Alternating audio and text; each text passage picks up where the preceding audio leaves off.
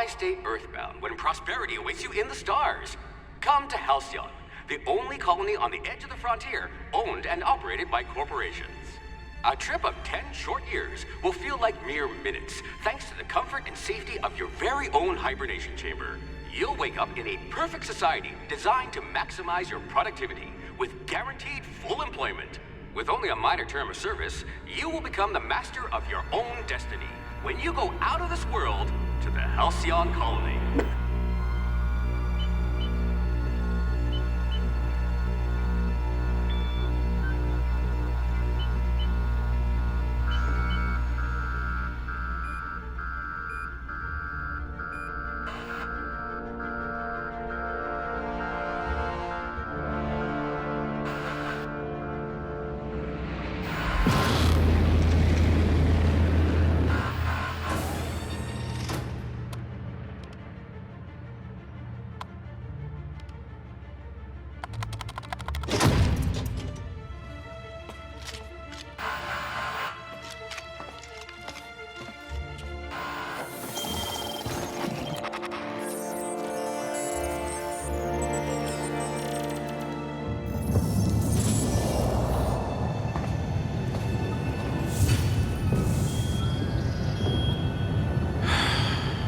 Hundreds of thousands of colonists left adrift out here forever, just to keep from damaging the board's bottom line. Disgraceful.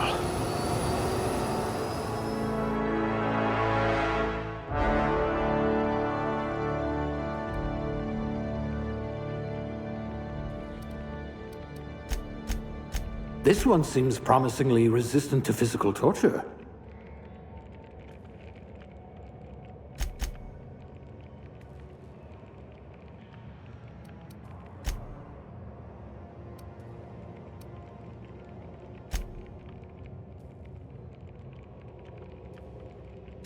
Quick on the draw.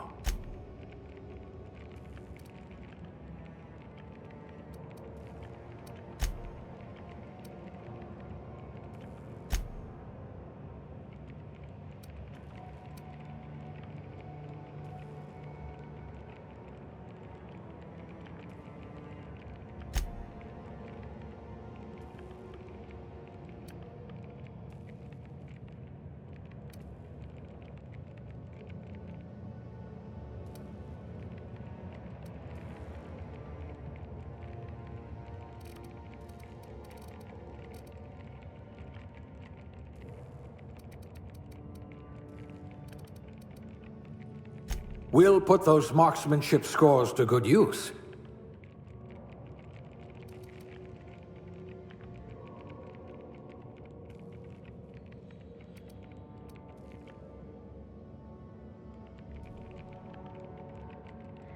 I hope we haven't lost that silver tongue to frostbite.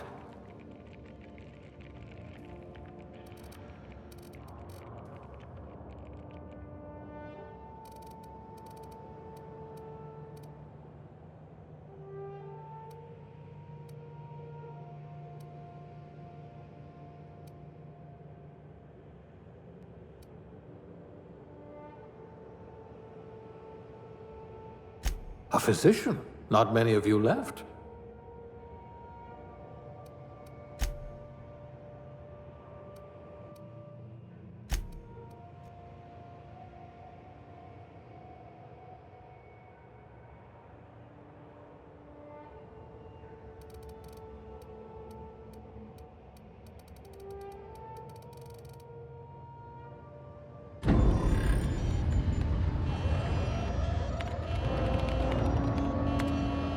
Looks to be your lucky day, my friend.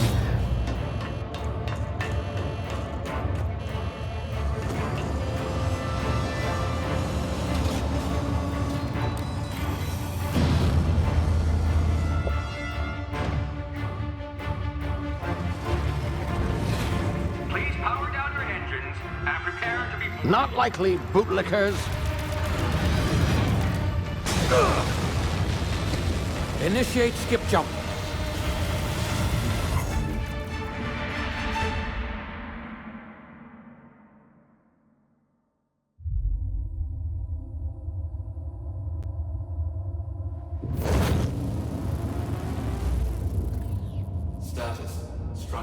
integrity down 25%. Power levels down 10%. His drive is Shit. inoperable.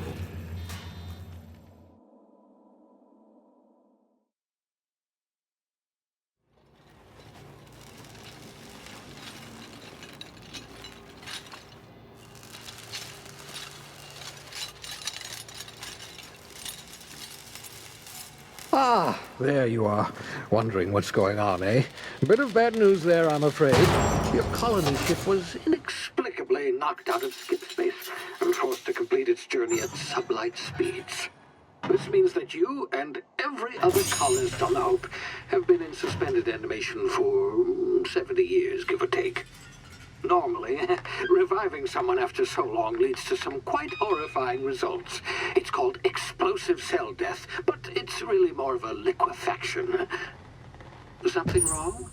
Oh, yes, well, not to worry. I've pumped your body full of a special concoction I devised to keep you from dying so horrifically.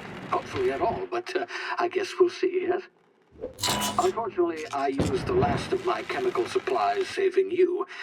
I know it's a lot to ask, but I must have your help securing more if we're to save the rest of your fellow colonists. I'd see it done myself, of course, but the board has a sizable bounty on my head. Now, my ship is inoperative, but I've managed to hire a smuggler to help you out. He'll be... Oh, I see we're in position. Good luck!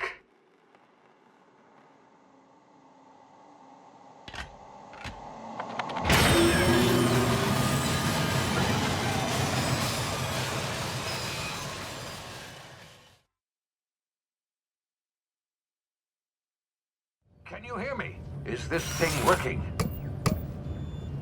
Ah, there you are. Now, where were we? Oh, yes, the smuggler. His name is Hawthorne, and he should be waiting for you at the landing site. He's to be your chauffeur, so to speak. Not to worry, I'm told he's a specialist. Dashing gunslinger, one-of-a-kind ship, that sort of thing. You'll like him, I'm sure.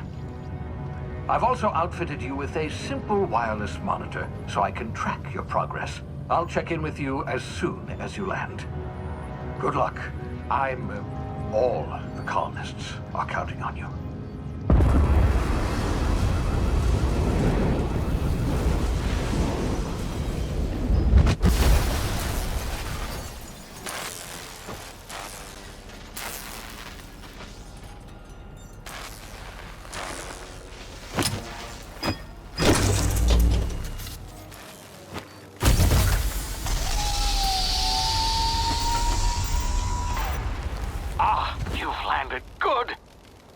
Hawthorne should be close by. What in law's name? Is that him? Oh, that idiot. I told him to plant the beacon and move away, not stand there holding it. Oh well, no sense in letting his ship go to waste. Hawthorne won't mind you taking his ship. Better you than the board, huh? Not sure I trusted the fellow. Might have gone after the bounty on my head. Shame about the whole squashing thing. Nasty way to go.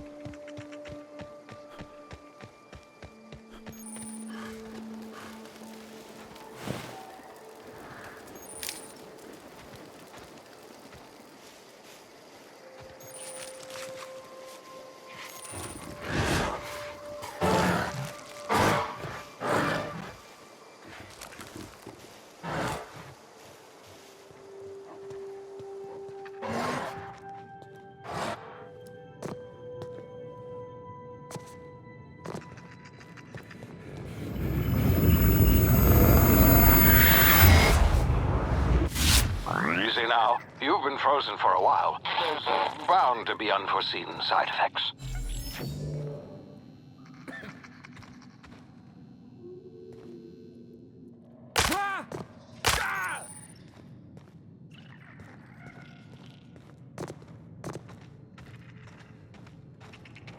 Hey, you, come here. You've tried the best now. Now try the rest. Spacer's choice. Oh, wow, that stings.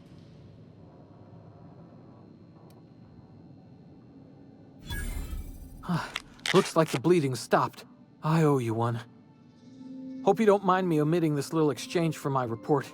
Spacer's choice doesn't like us accepting outside help.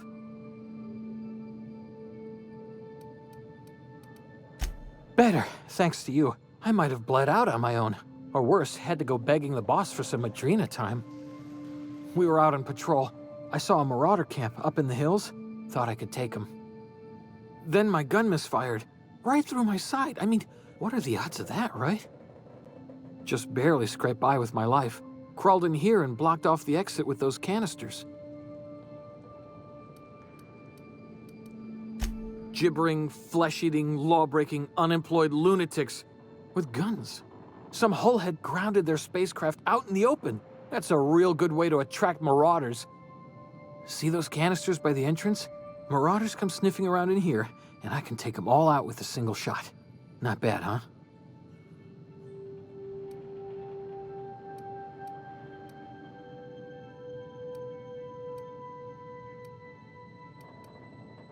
Yeah, okay. You look like you know your way around a gun. Got some spare ammo, not counting the bullet in my side. Here, you can have my saber too, for patching me up and all. All Spacer's Choice weapons are now 30% less likely to malfunction. You've tried the best, now try the rest. Spacer's Choice. Yes, nailed it that time.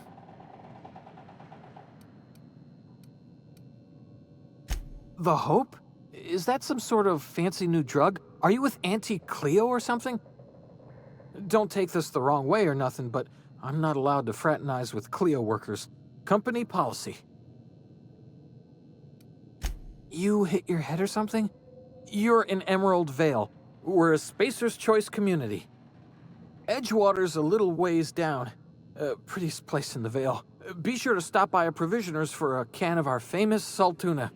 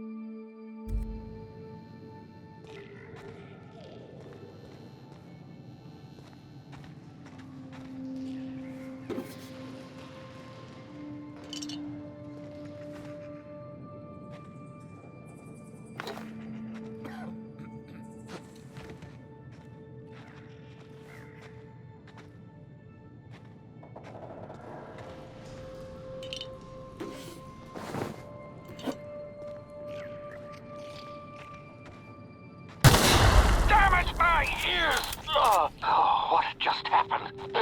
Can you hear me? What in the hell? This...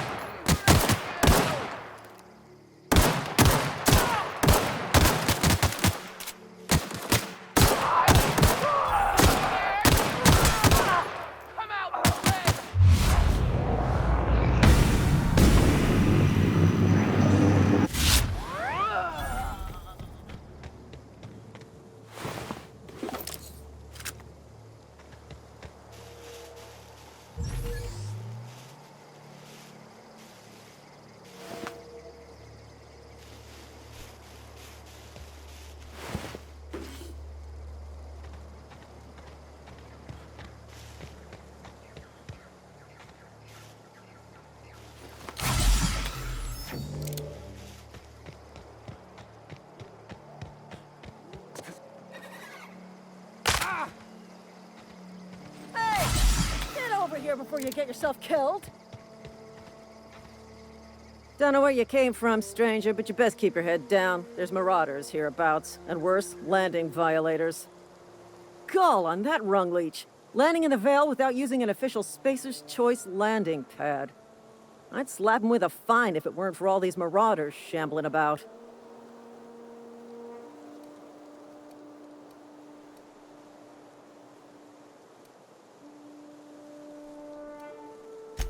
Really? How is he?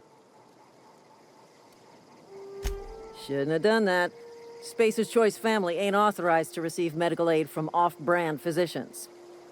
We'll see him back to Edgewater, just as soon as I cross these marauders off with the swift, cost-efficient fury that's made Spacer's Choice the most trusted brand in personal defense.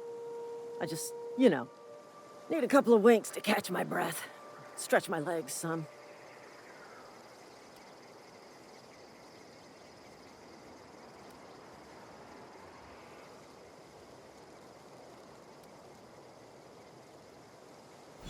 Well, sometimes.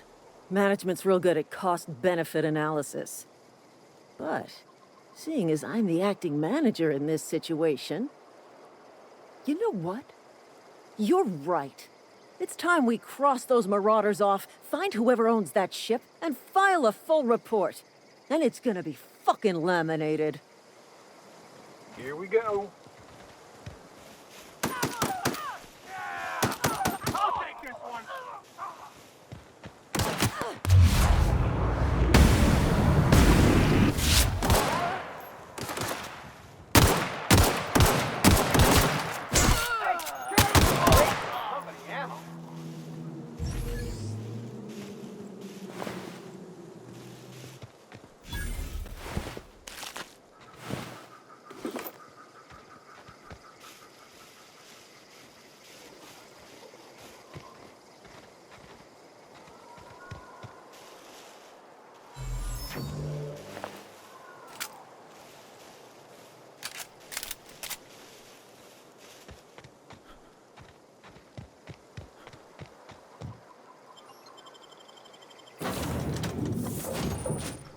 Please be informed that this vessel contains no valuable plunder.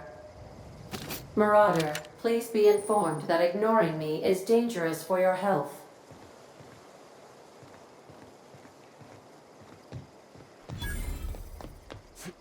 Unauthorized access of spacefaring vessels is a crime. Please... Hello, Marauder. I am Ada, the autonomous digital astrogator of this vessel. Please be informed that I am authorized to use violent retribution against unwanted solicitors. Please return any misappropriated equipment and exit this vessel in an orderly fashion. Failure to do so will result in your immediate destruction.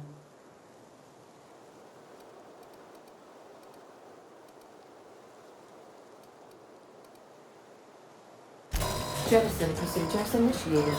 Disengaging airlocks.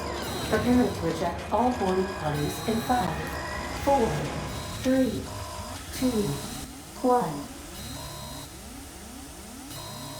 1. You are still here. My deception protocols have failed. I have been programmed to express disappointment. I am incapable of accepting orders from anyone other than Captain Alex Hawthorne.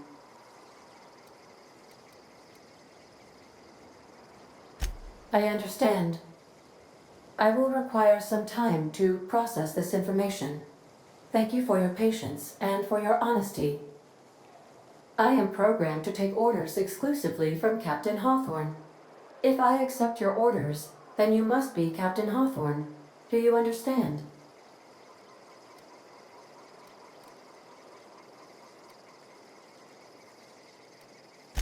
Well done, Captain Hawthorne. I see your powers of deductive reasoning remain intact. Unfortunately, our engine is currently inoperable. Our main drive suffered a critical power failure, and we were forced to make an emergency landing. The main drive's power regulator has been irreparably damaged and must be replaced.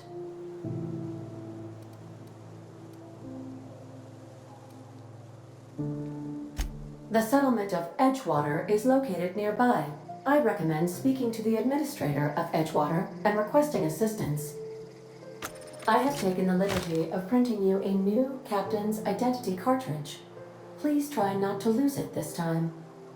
This cartridge identifies you, Alex Hawthorne, as the registered proprietor and captain of the Unreliable. Do you understand? Thank you. I appreciate your cooperation. Best of luck in your search for a power regulator. Try to stay alive this time. The navigation console is offline at this time, Captain.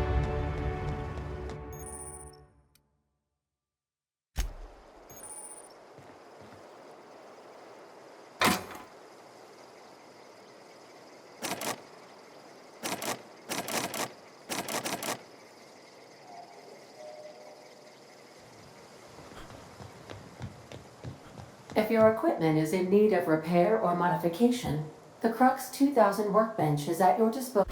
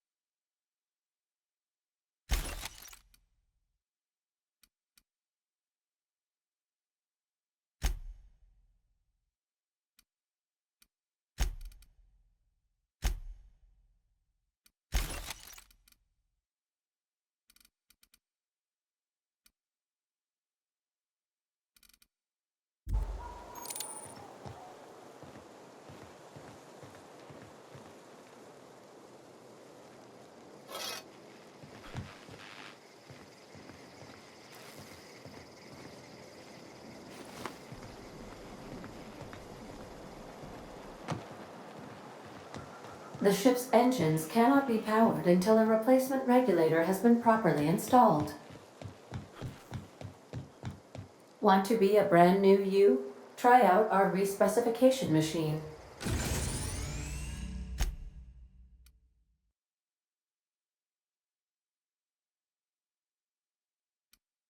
Alex installed it himself, right before he died.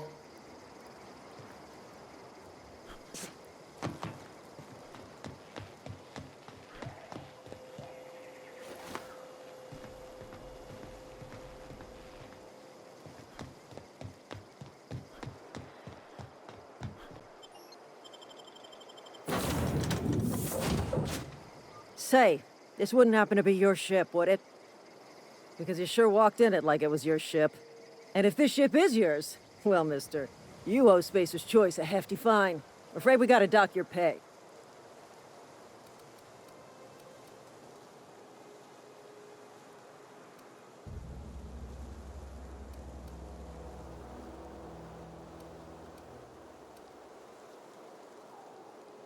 Oh, by the law. I'm so sorry. I had no idea we had an inspector coming. If you'd like to speak with my manager, I report to Constable Reyes in Edgewater. Edgewater's not too far. Just follow the road east of here, over past the cemetery. Now, if you'll excuse me, I need to inspect the crime scene before I make my report.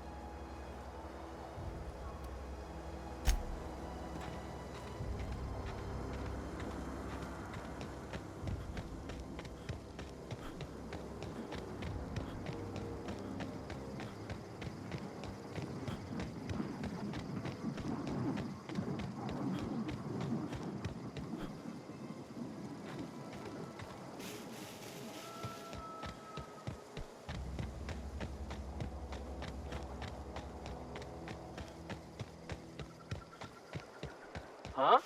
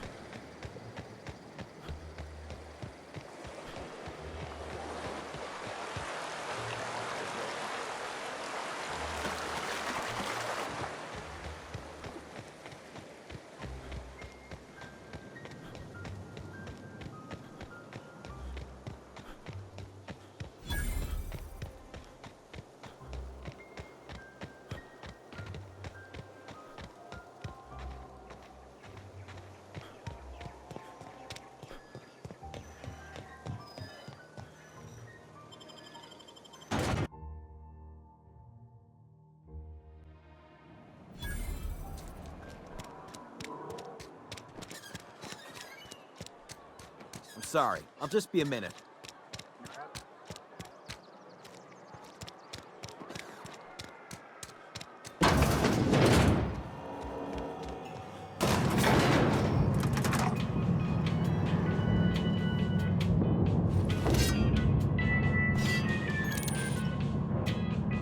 Miss Holcomb, I need you to explain this big lesson. The grease monkey, Argo. I'm sorry, Mr. Thompson, sir. You asked why it's taking so long to fix. The answer's technical. Don't apologize. Just try using small words for me. The cans bust open in the oven because she's set to cook saltuna, which isn't what we've got. Mr. Thompson? I think there's someone here to see you. Focus, Miss Holcomb. You and I are still talking. Let's start over. Walk me through the process. Show me where it's going awry. Well, sure. It's, mostly on account of what we're feeding into the mechanism. It puts food in cans. We have food, we have cans. Why won't it work like we need? She's expecting saltuna of a certain size. We're filling the cans with, well, not fish. Seems we've got a guest. Really now, Parvati, I do wish you'd spoken up. I do apologize. I was given no forewarning of your arrival, or I might have welcomed you at the gates myself. I'm Reed Thompson, Outpost Administrator. I must say, wearing a Marauder's outfit is in very poor taste. I do wish you'd show your uniform a little more respect.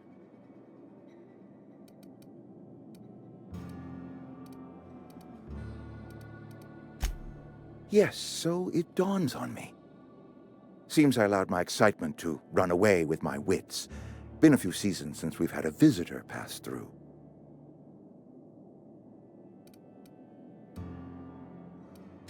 Only regulator we got is hooked up to the town transformer.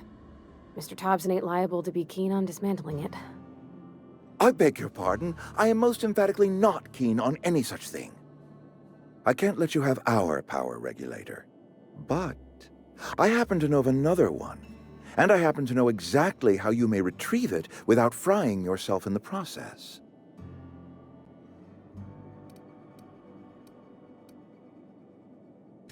My proposition benefits the both of us. Please, hear me out. There's a power regulator in the old botanical lab.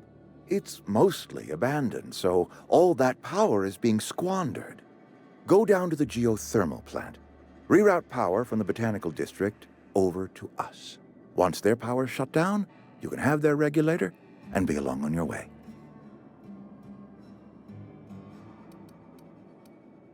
I was not entirely sure how to tell you this. The botanical labs are not legally inhabited, but there are people who live there.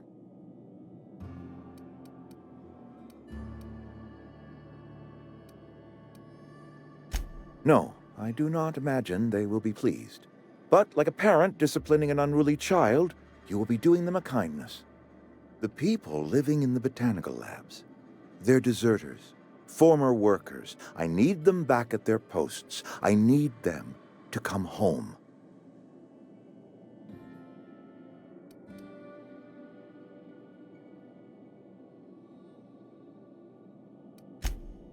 Edgewater is struggling. We haven't hit our production quota in years. If we don't meet our quotas this year, the company might shut us down for good. I need those workers back at their stations.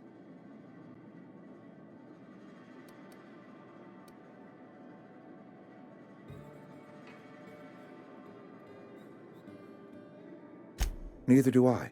The fault was entirely mine. I pushed them too hard. My hope is that by cutting off their power, you will convince those deserters to come back to town. Before you go to the plant, I want you to stop by the botanical lab.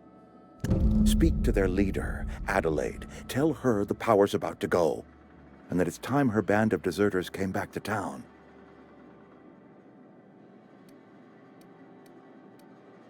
Adelaide's older than the other deserters. She's dignified, kindly. From what I understand, her camp looks to her for leadership.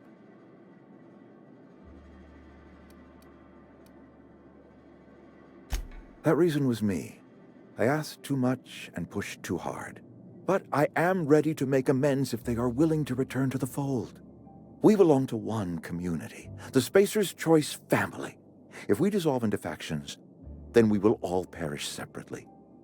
Adelaide will understand that. Of course, I understand completely. Here, let me give you the passcode to the geothermal plant. A sign of good faith, for so politely listening to me as I ramble on. Are you setting off for the Vale?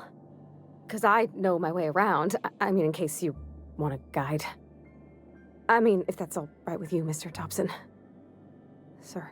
I hesitate to part ways with Miss Holcomb, but I cannot deny that she is talented, and may prove useful to you. Great! I got my wrenches and diagnosticators and hairpins and engine tape, so I'm all set. Well, I am glad to hear that. Best of luck to you, and thank you again for your help. It is a lot to ask of a stranger, I know.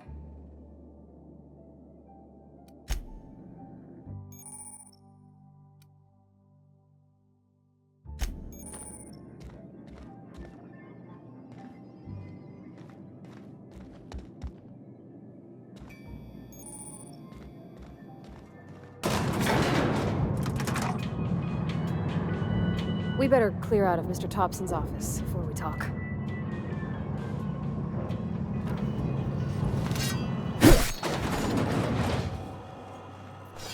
Hey, mister, can we talk? Sorry. Can we talk? Sorry. You just want to get out of here. And you likely don't want to tag along like me. It's just, Mr. Thompson has his own view on matters, on account of it's his job and what all, but that's not the only side of the tale.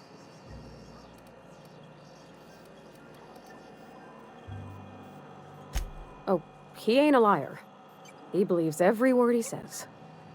It's just, he doesn't always get where other folk are talking from. To Mr. Thompson, a person's a gear. It does its job quiet-like. If it squeaks or stutters, it gets replaced. The deserters are decent folk. I knew some of them before they left. Miss McDevitt? Oh, gosh, no. She was a real important person. A flavorist. Made all the food taste decent. She used to work up in the big office with Mr. Thompson. All I know is she left after her son died. It was a real big to-do. I could hear them both yelling clear from my own place.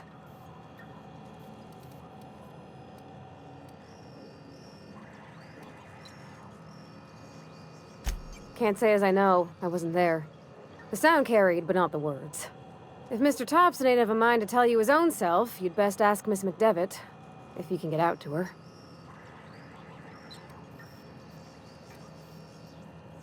I don't know anybody well. I mostly listened to them talk, kept my head down. There was a boy named Thomas who used to follow me around, asking questions about the stuff I fixed. He was real sweet to me. Not any sort of dissident. Life's hard here. Especially for them that don't fit in so well. We're one big Spacer's Choice family, but every family's got the one the rest whisper about. Mr. Thompson's aiming to take away their power. They'll have no lights to see, nor heat to cook. They'll be at the mercy of marauders, or worse. I think you should talk to the town's vicar about it. Max, his name is.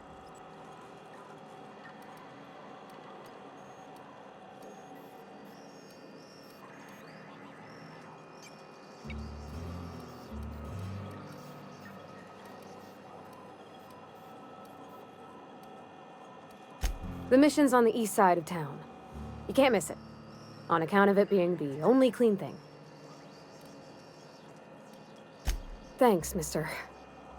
I just think when you gotta make a decision that'll hurt somebody, it's best to think on the right and wrong of it. That's what my dad used to say anyways.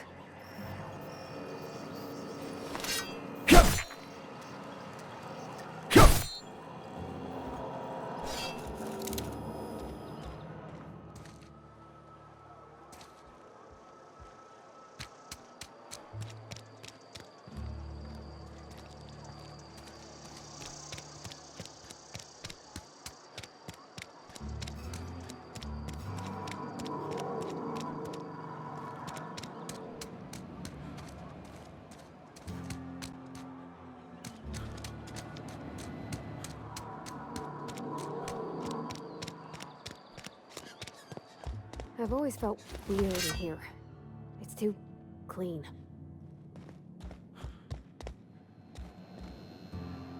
Yes, what is it? You're an outsider. Fantastic. Vicar Maximilian de Soto, at your service. Or Vicar Max, if you're the sort who prefers brevity.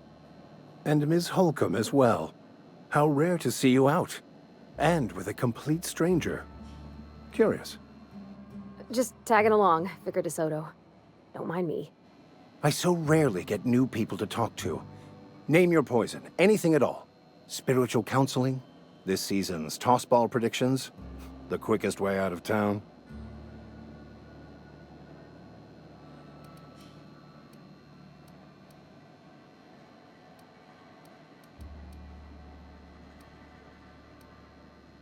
They who are not satisfied with their work are satisfied with nothing. No? How about, work fortifies the spirit. True exhaustion awaits idle hands.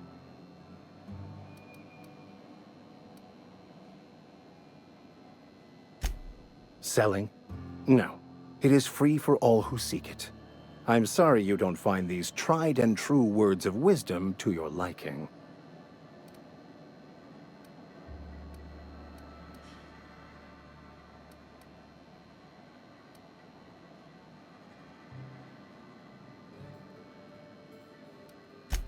What would you like to discuss? I've never seen you before, and there's been no paperwork indicating a transfer. Half the time it's wrong, but a new worker without paperwork? Unheard of. Also, you lack the distinctive worker gaze. Usually either a deadening behind the eyes, or in some rare cases, a wild-eyed frenzy, like a trapped animal. Pretty universal here. Except for Ms. Holcomb, who, for some reason, doesn't seem to have much to say to me. Isn't that right? It's just... there's more to it all than numbers. Sorry.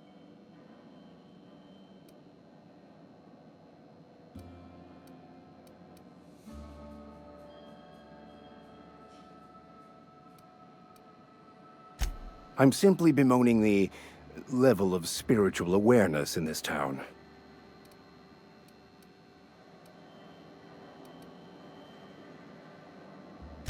No, I am not. Though there is something to your accusation. It is wrong for me to succumb to distress. I must double my efforts to elevate my flock. These are good, hard-working people here.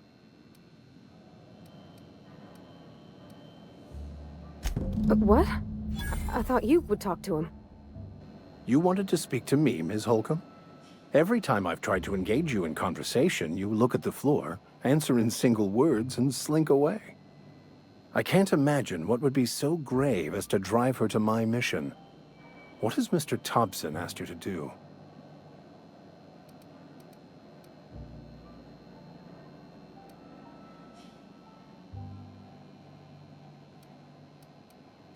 Depriving them of safety from the marauders and wildlife. I can see why that troubles you. Miss Holcomb has a soft heart. Always has, if you believe the talk.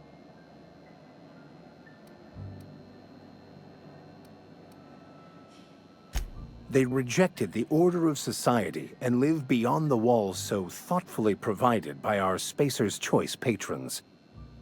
Does that strike you as a responsible life choice?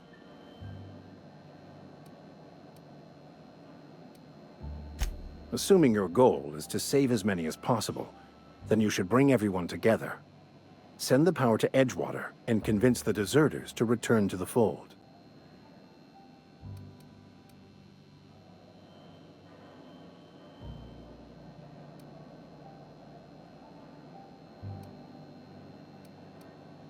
If it were as easy as a few soothing words in the right ears, I'm sure it would have been done already. Consider it a challenge. If you don't mind a bit of unsolicited advice, be cautious on your way to the geothermal plant. It is not as safe as you might assume.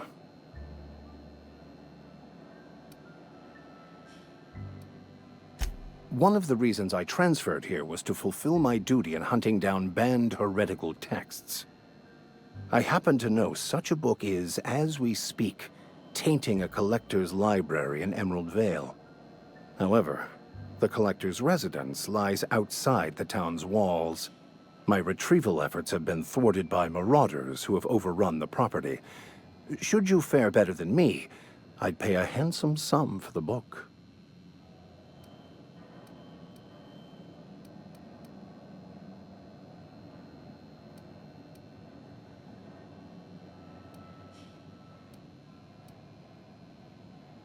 I just want to keep the writing out of layman's hands. It wouldn't do for such information to fall into public consumption.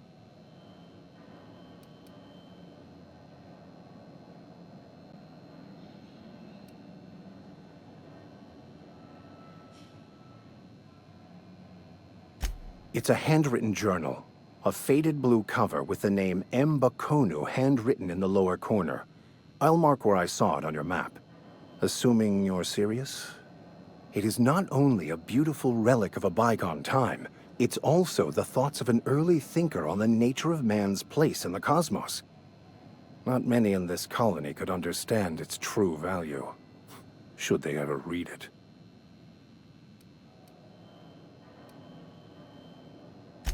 Thank you. If you retrieve it, you can always find me here.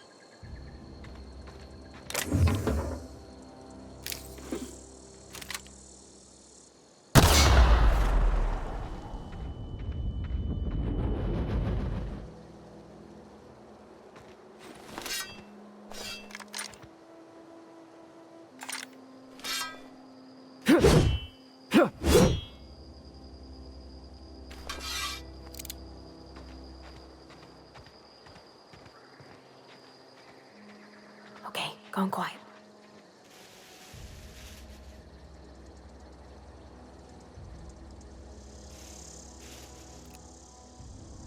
All together. Nice one.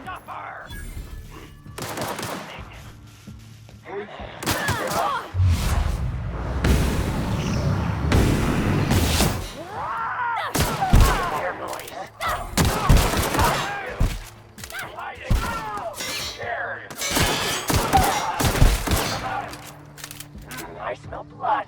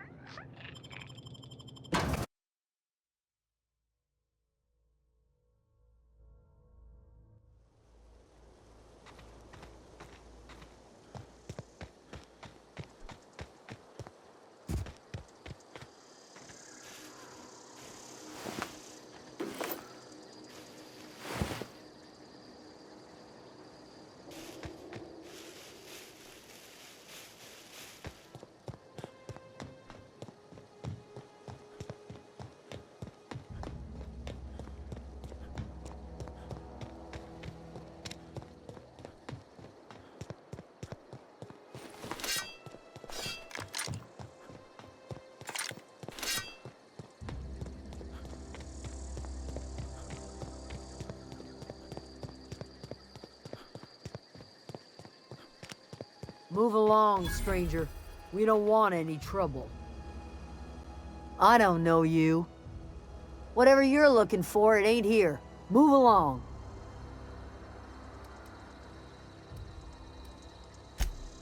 Answers, huh?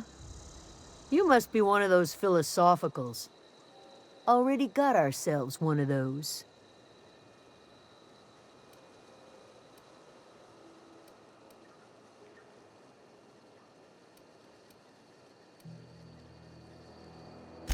A geo what? Look, plants ain't my purview. You're better off asking after Adelaide. If you're gonna start wandering around my camp, know that I got my sights on you.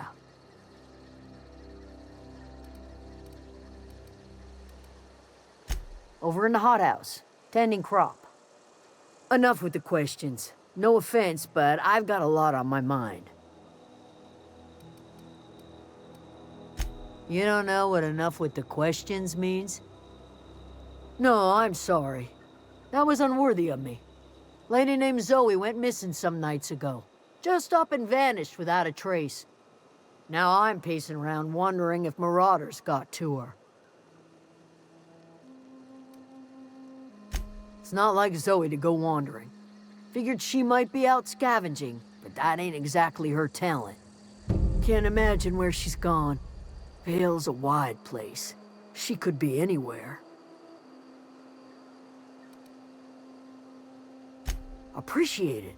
Honest. I'll tell you what I can.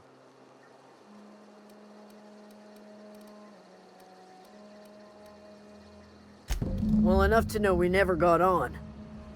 Zoe and Stefan were close. If anybody knows the workings of her mind, he does.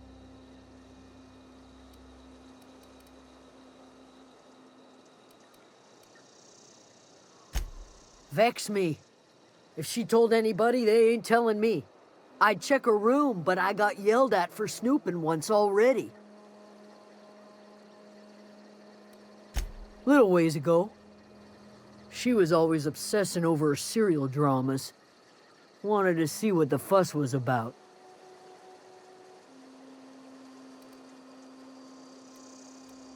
Could be. Dangers aplenty out there. No telling why marauders would steal somebody like Zoe. Got no useful skills far as I could tell. Marauder gang just moved into the districts a little ways east. Their numbers are growing. Gotta come from somewhere. What is it?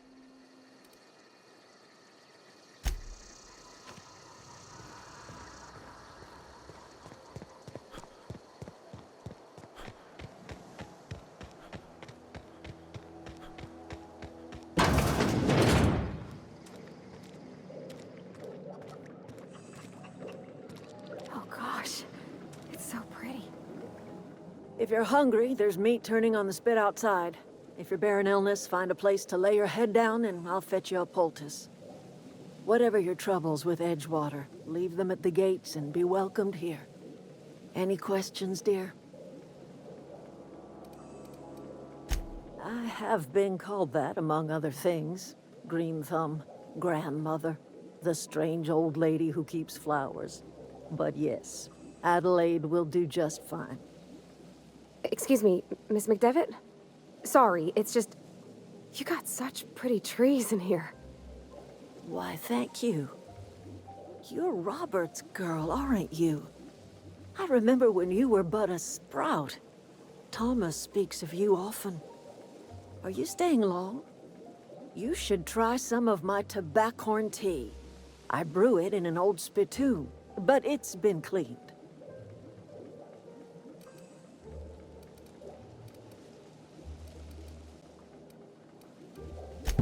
Reed Thompson, you here on behalf of that cold-eyed reptile? Let's hear it. What's Reed's idea of peace, then?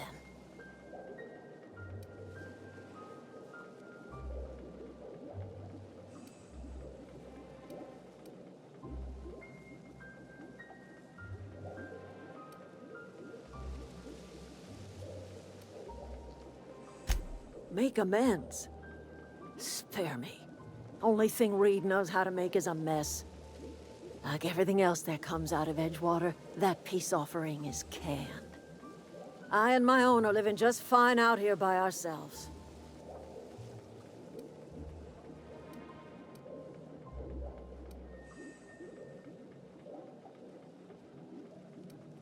He would do such a thing. The question is, why would you agree to his plans?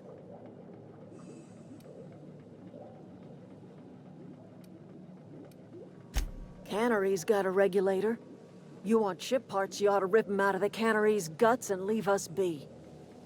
If you're going down to the plant, you should divert power away from Edgewater and toward our end of the grid. Think about it. You'd be liberating an entire town from a lifetime of service to that odious cannery. Seems the sort of thing a hero would do.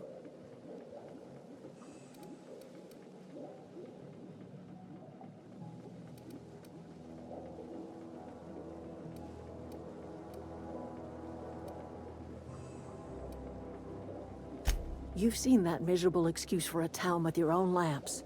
Hollowed-out workers laboring their lives away at the cannery, living off whatever scraps Spacer's choice throws them. You know that's true, don't you, Ms. Holcomb? Your father died of overwork. His heart gave out. He was tired all the time, sure, but he was old, ma'am, and he raised me all by his lonesome.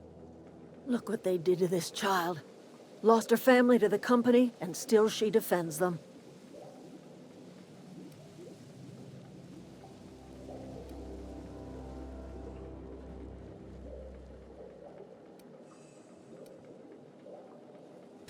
It's not much of a living. Every single person in that town has sold themselves to Spacer's Choice. The company owns them. Body, blood, and bones. You've been there. You've seen it. All anyone ever does is toil over a cannery. They give their lives for some heartless corporation, and then they're tossed into a Spacer's Choice brand cemetery.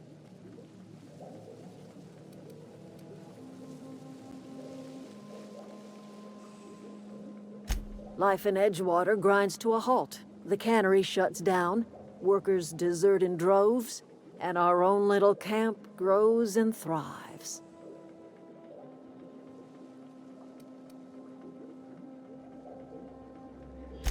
You bring power to Reed's town and you'll be killing us. Reed knows it. He's counting on it.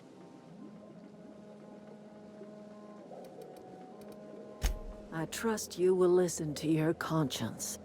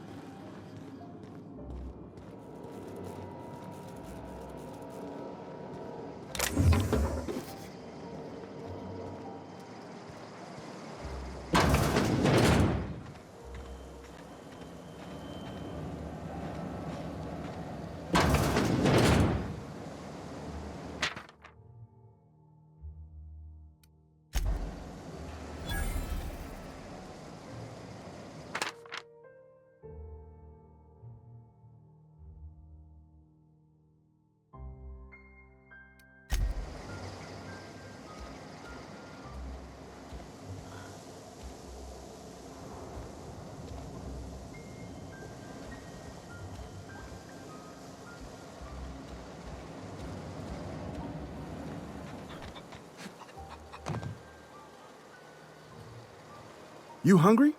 We got canid ribs, canid flank, canid snout too. Something I can help you with?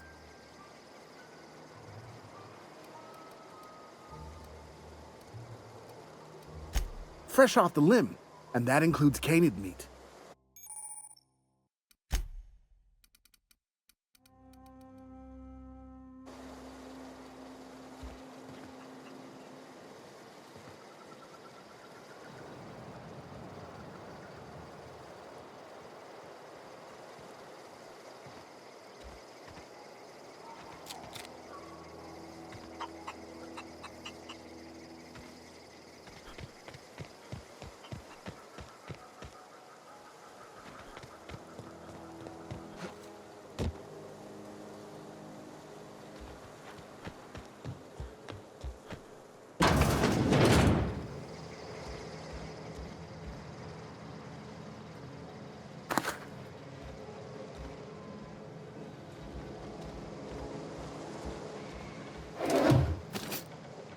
Hey, that's against regulation. What do you think you're doing?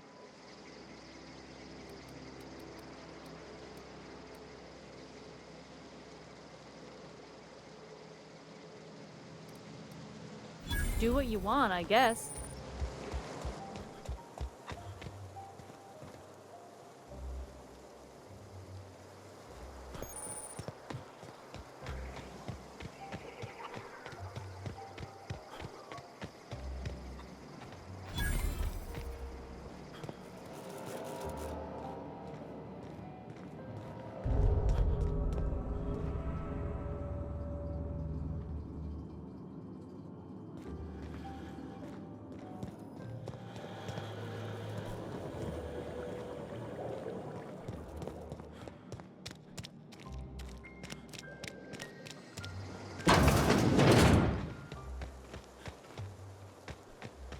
Oh, that...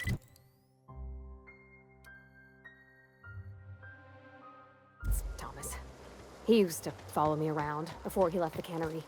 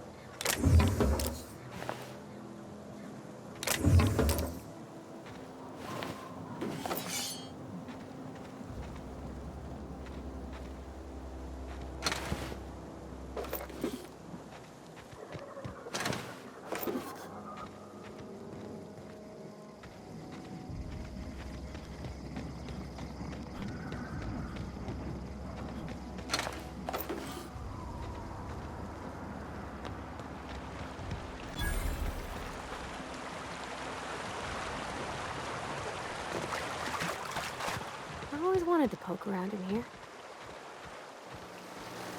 System.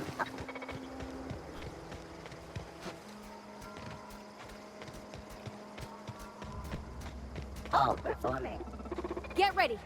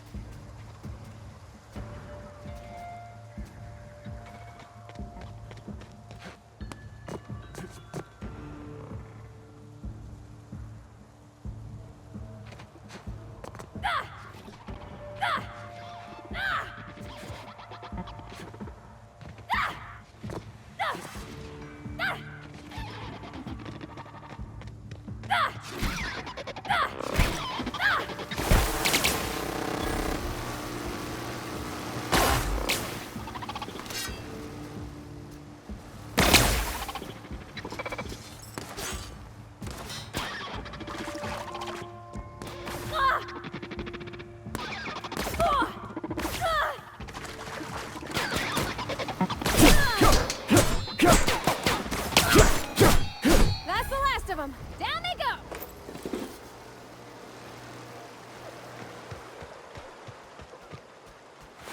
Unexpected. Here they come!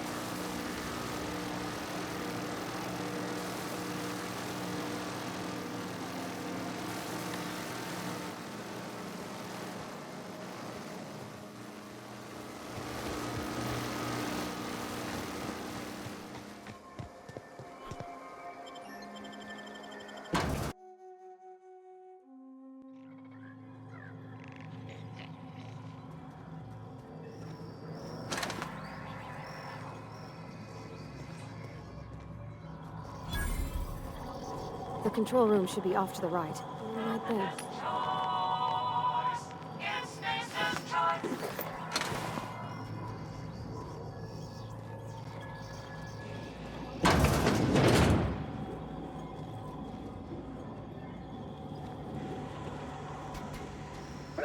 Watch out!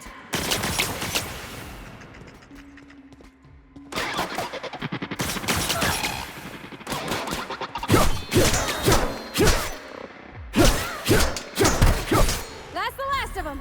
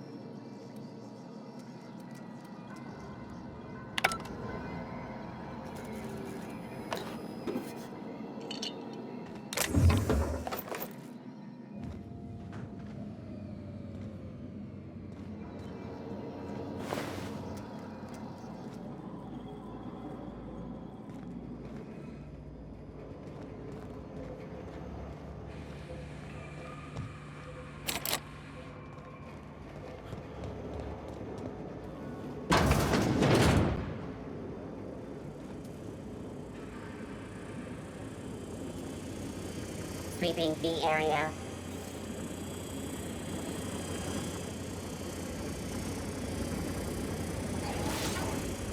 No!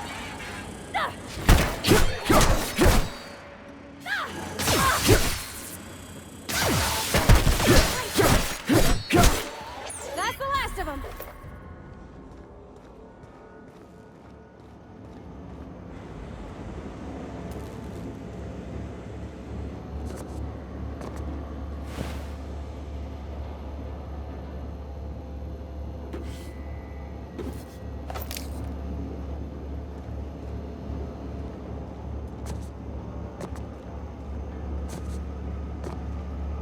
Got it. Inside voices.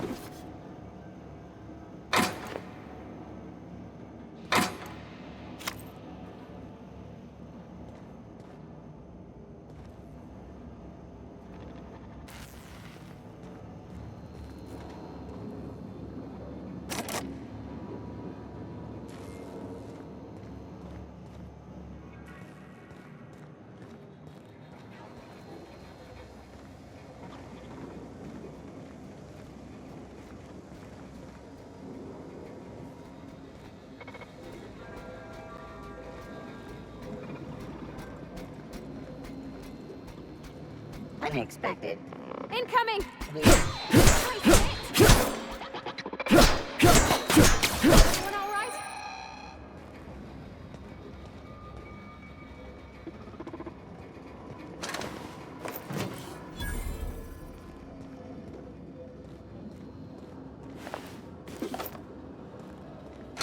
Search concluded.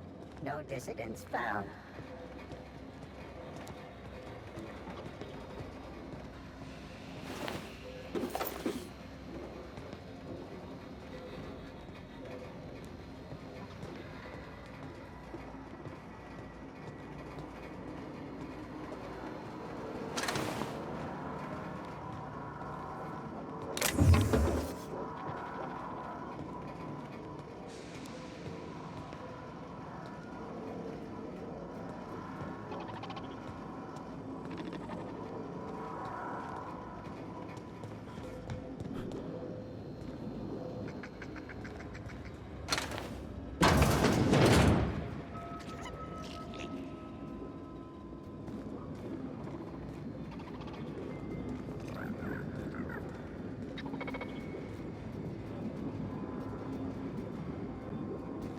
Processing.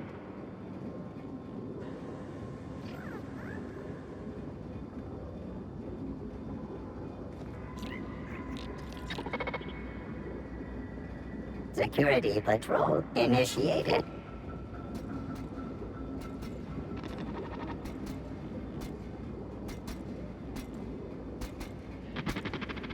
Here they come!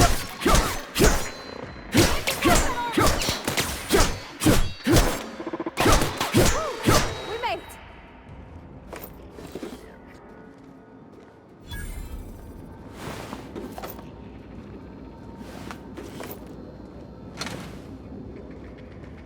Oh.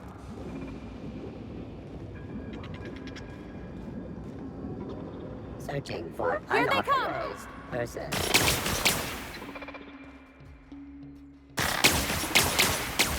Performing an area sweep now.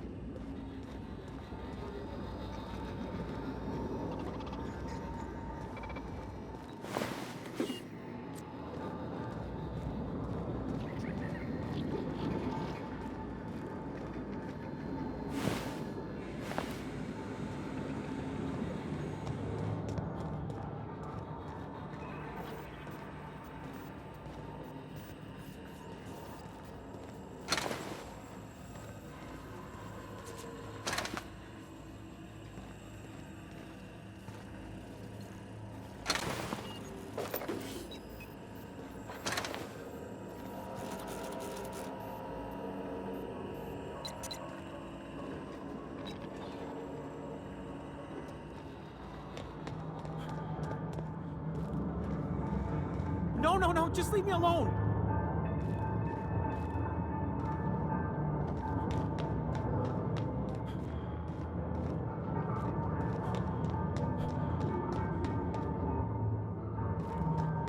Go away, Phantom!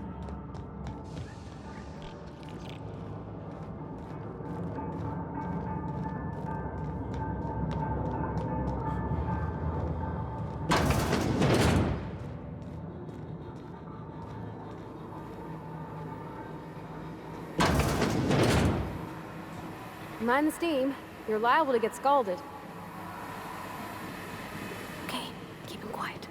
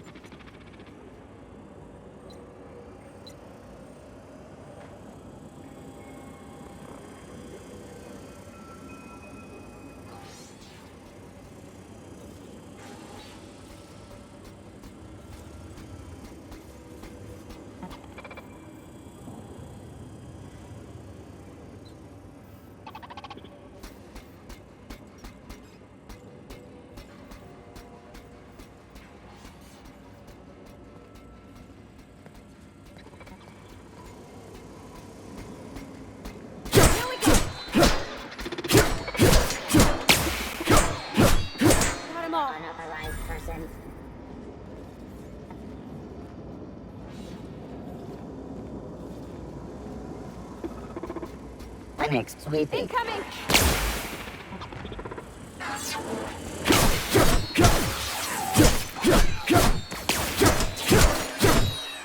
Beginnings.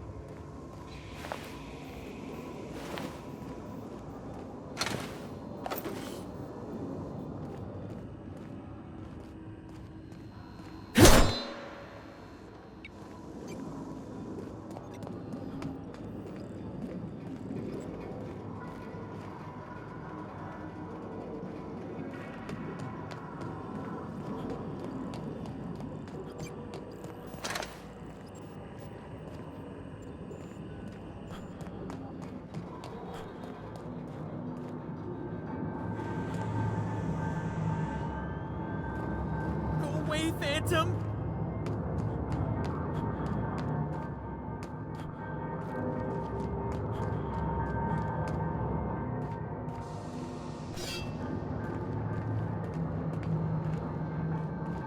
Get away!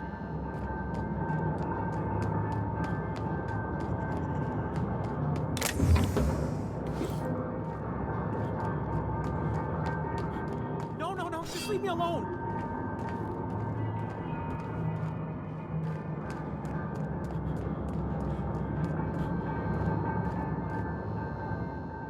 You're not real! You're not real! Get away from me, Phantom! Shoot! Scram! You can talk? The Phantom's never talked before. I knew I shouldn't have eaten that sprat raw. See, Higgins? This is why you must always boil your sprats before ingesting.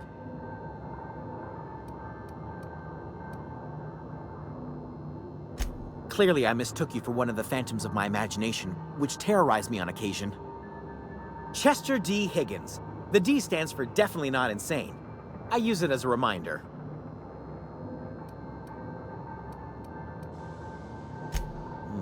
Hard to say.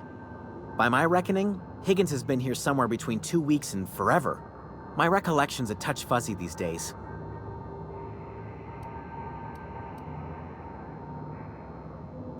Oh, Higgins has been many things over the years. Sprat Wrangler, Saltuna critic, Aetherwave personality, chairman of the board, galactic defender, Sisty Pig tycoon. I've come a long way for someone who started off as a simple engineer right here in this plant.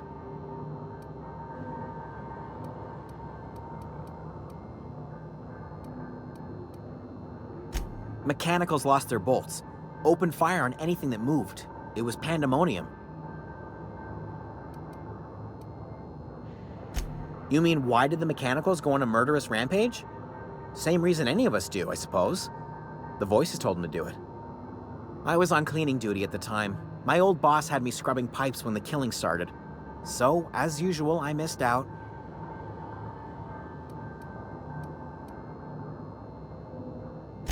Jimmy'd opened the vending machines. That lasted a good couple of months.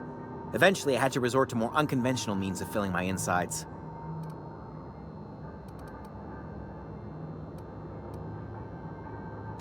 Braised, boiled, charred, skewered. Sprats are good eatin', friend. Chock full of brain food. I specialized in automechanicals, drones, sentries. Repaired them, maintained, upgraded. Did it all from my old workroom just over in the next section.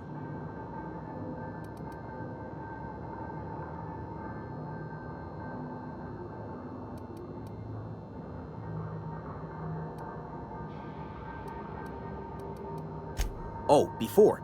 Definitely before. Sissy Pig tycoonery was the apex of my long and storied career. Look, I don't want to fall into any trouble with the mechanicals. If they wise up to our plans, they will come for us. With prodding irons.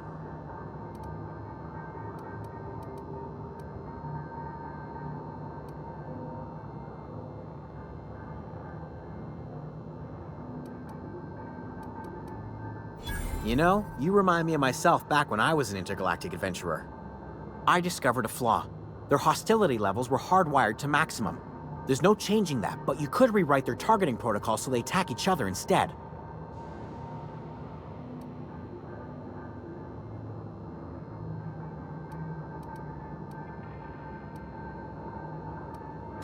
There's a behavior control terminal in the other room. It should have options to change how the mechanicals act, including whom they shoot at. Oh, that reminds me. You'll need my passcode to access the behavior control terminal. Here, let me just write it down for you.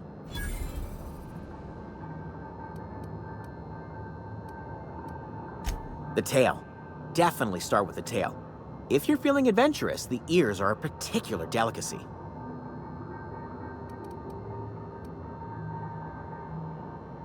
Jimmy'd opened the vending machines. That lasted a good couple of months. Eventually, I had to resort to more unconventional means of filling my insides. Well, yes, for the uninitiated palate, a true gourmand appreciates the Sprat's complex melange of flavors. Braised, boiled, charred, skewered. Sprats are good eatin', friend. Chock full of brain food.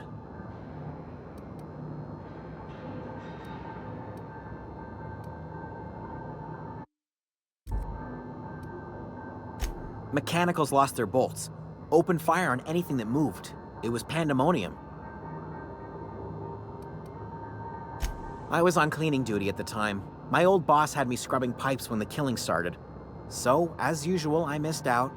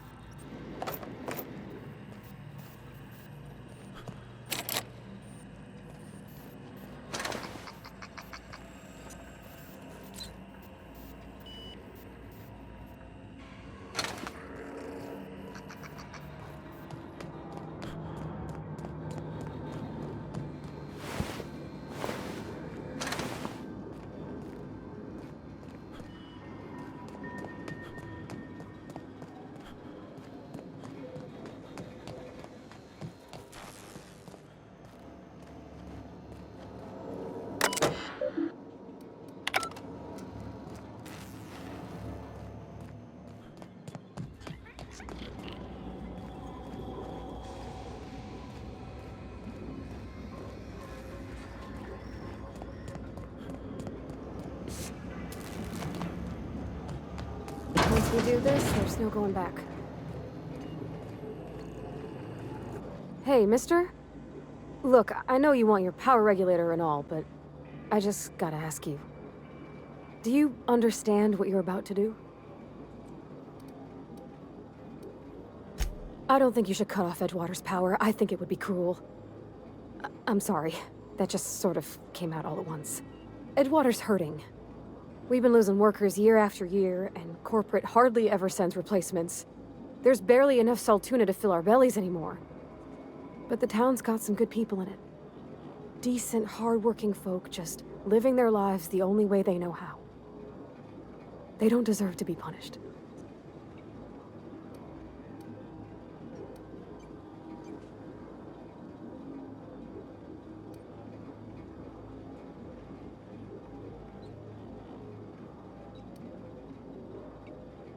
That sure sounds like Mr. Thompson.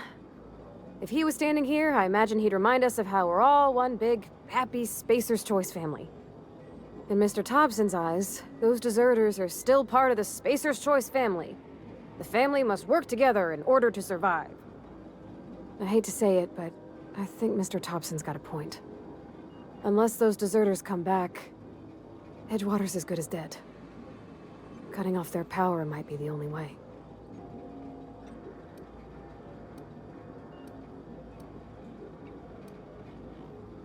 Sorry, I didn't mean to babble on like that. I felt like I had to say something.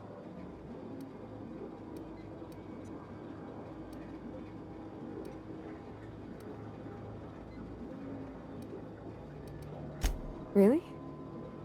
I mean, wow. Thanks. No one's ever told me those words in that order.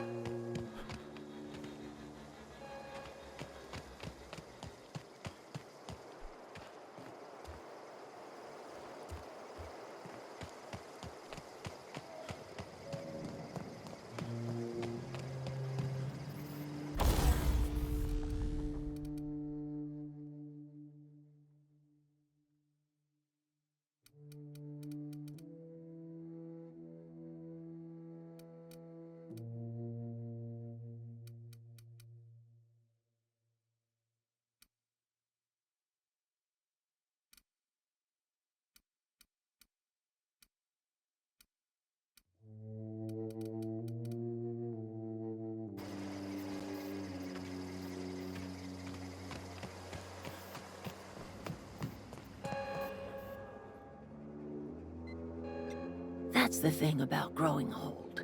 Your eyes start to fail. Elsewise, I would have seen you for the snake that you are, chopped you into pieces and roasted you on a spit. This is all you're doing. Cutting off my power, killing off my garden. Without refrigeration, my food will spoil, and my flock will starve. I want to ask you this in private, away from the eyes of my flock, so they do not see me lose my temper. Tell me, why did you do it?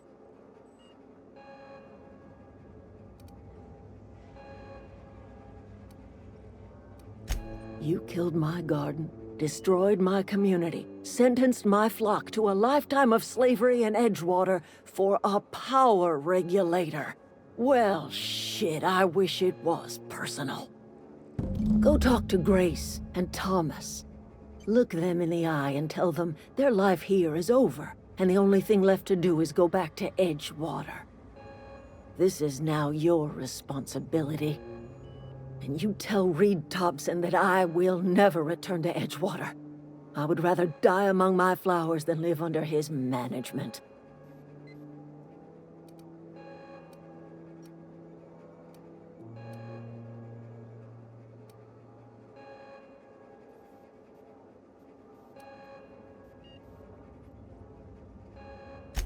My son worked in that cannery. When the plague started coming, he was one of the first to fall sick. We had a store of medicine locked away, but Reed refused to treat him. Said my boy didn't deserve treatment. Said the medicine would have been wasted on him. So I buried my boy in the cemetery, gathered my belongings, and left. That's as much of the story as you need to hear.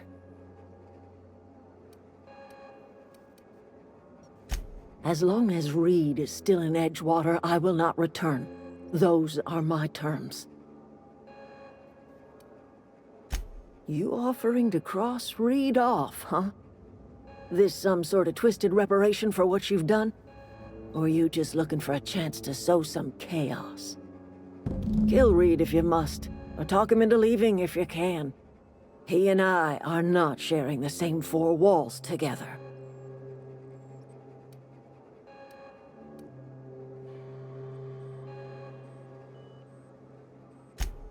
Tell Reed that I can make his people healthy again. I can end their plague. Start a new garden right in the cannery. 3 square meals for every man and woman in Edgewater. Tell him how I've made the Vale bloom again. The soil has whispered its secrets to me, and I alone know how to breathe life back into the earth. The secret is human corpses. I've been grinding them up in my fertilizer for years. Marauder, worker, don't matter much to me. The human body is rich with nutrients.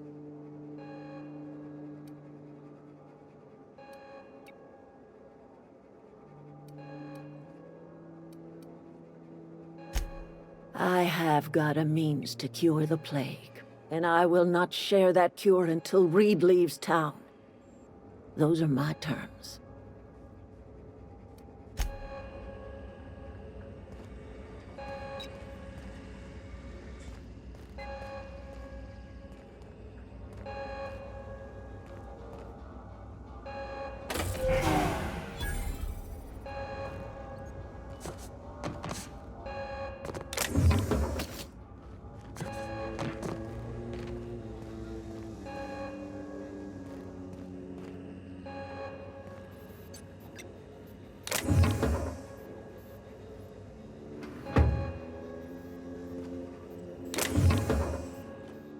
You're doing?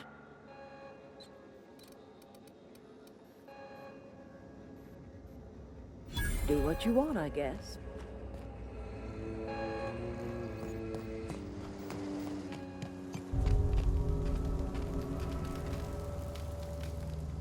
Everybody keeps staring at me. It's not my fault the power's dead. Whoa, Miss Parvati.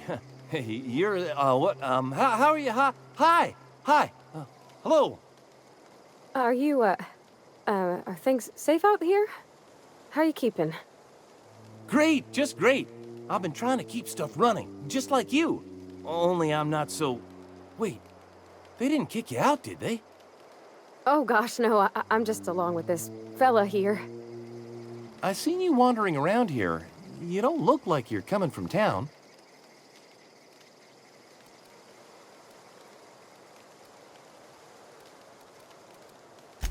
Sorry, I just wasn't sure if you were from town or if you were one of us. Something's been chewing at me, you see. Fact is, I've been, well, lying. To everybody here. Camp thinks I'm a mechanical genius, but I couldn't fix a busted chair.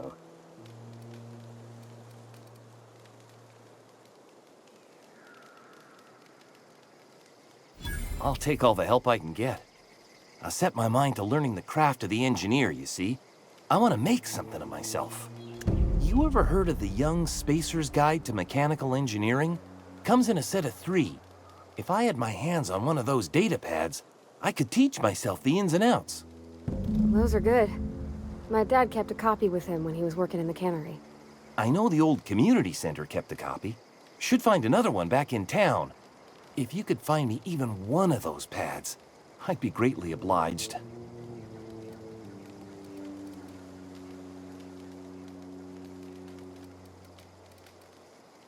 No kidding! Really? Well, which one?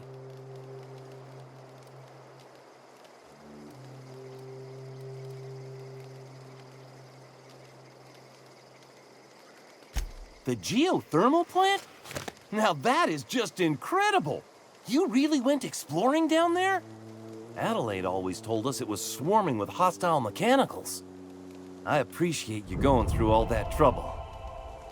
In fact, I put aside something special, on the off chance that somebody'd search out those data pads for me. Sure, I'd be glad to take them off your hands.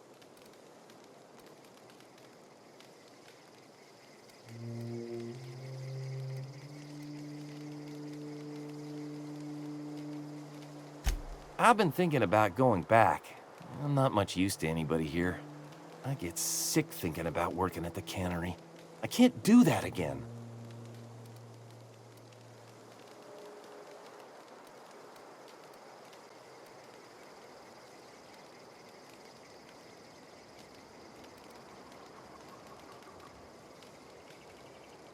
You know something? I think you're right. The town could use another engineer, and I'm on my way to becoming one. I could do a lot of good in Edgewater. Maybe even keep a garage of my own with a little workbench and my very own toolbox. It's just... Adelaide's never gonna forgive me. Not in 100 years. I go crawling back to my old life in Edgewater and I'm as good as dead to her.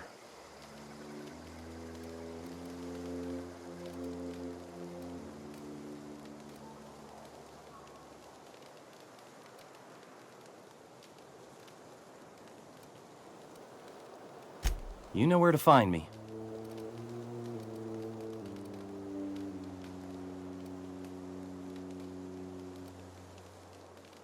What's on your mind? Couple months. This camp's my home. People you see milling about, they're my family. At least I think of them that way. I owe them my life. Would have died in the wilderness if they hadn't chanced upon me, starving and delirious.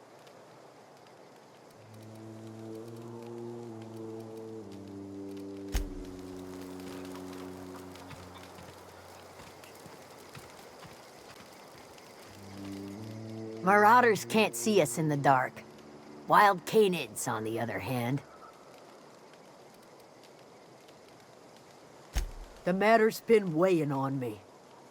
I'm staying put until I know what's become of Zoe.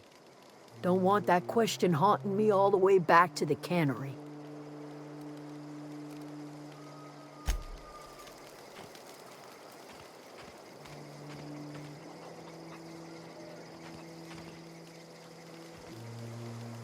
One of us want to go see what happened? I'm not in the lightest of humors right now. I'll tell you what I can.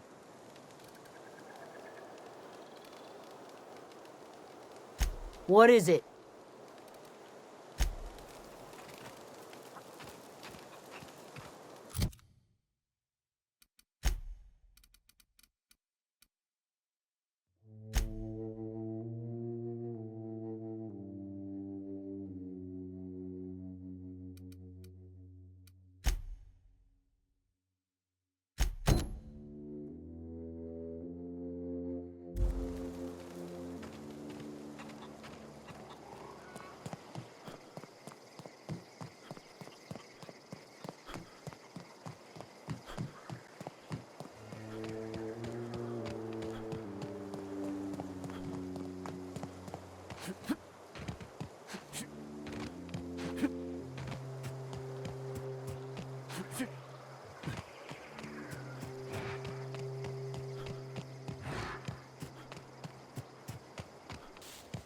Huh? Incoming!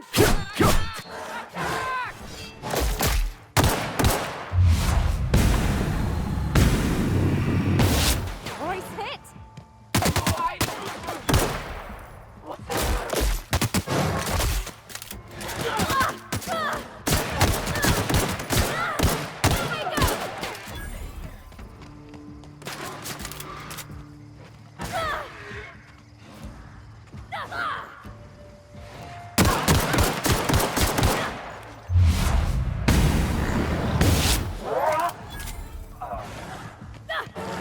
Everyone all right?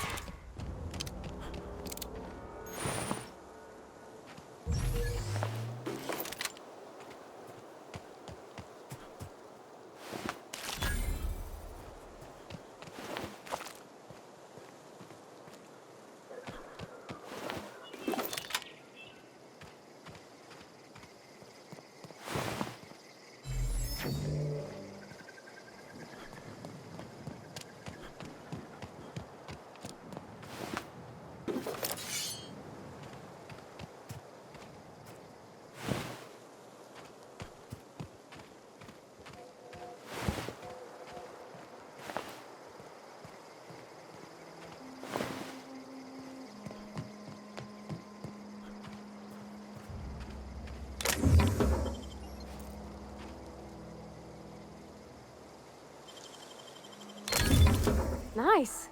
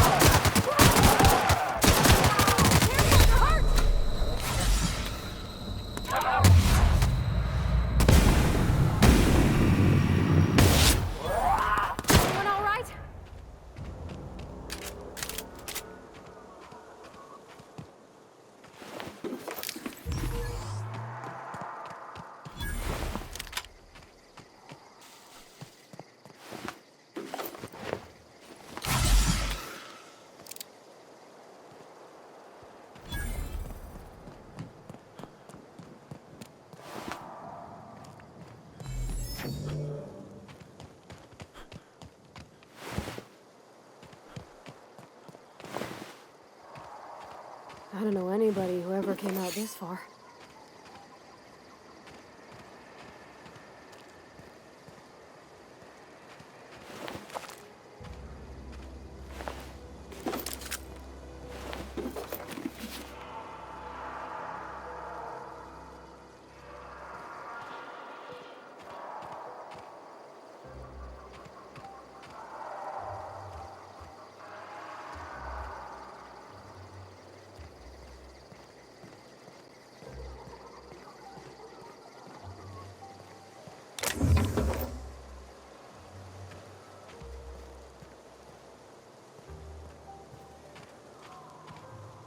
Wow, you crossed them all off, like some sort of heroic accountant running down a list.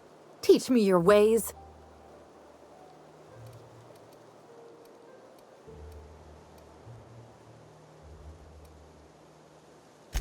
What? You mean Adelaide's little congregation of nature-loving nobodies? I could not possibly be less interested in them.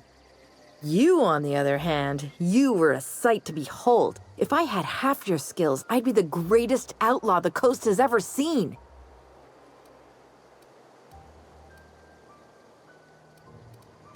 Why? Adelaide wants me back on garden duty or something? Thanks, but I'm not going anywhere. This is where I belong.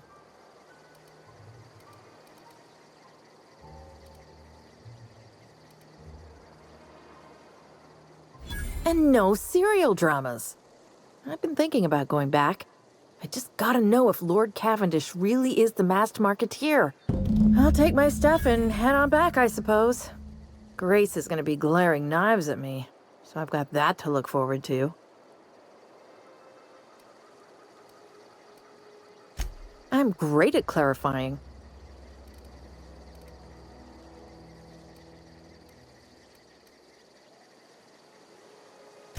I got kicked out of Edgewater on account of falling sick with plague and stealing some medicine to treat myself. I'd heard some outlaws set up camp in the botanical labs. I decided to throw in with them, seeing as I always wanted to be an outlaw myself. Instead, what do I find but a bunch of former workers camped out around a greenhouse? I couldn't just go back to the cannery, so I was stuck with them.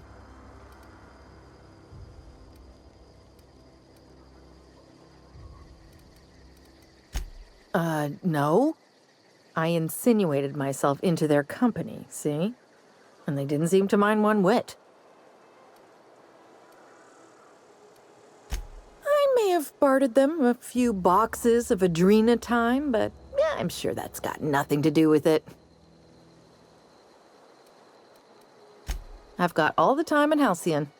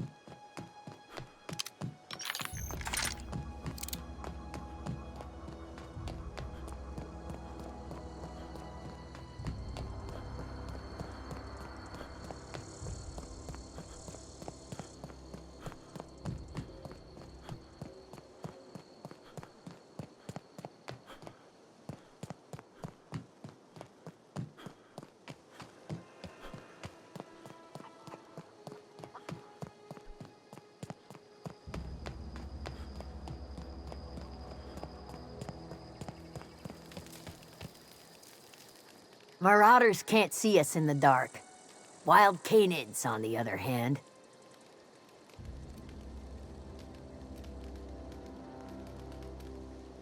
We didn't always get along, but I'm glad to know she's safe. What happened, anyway?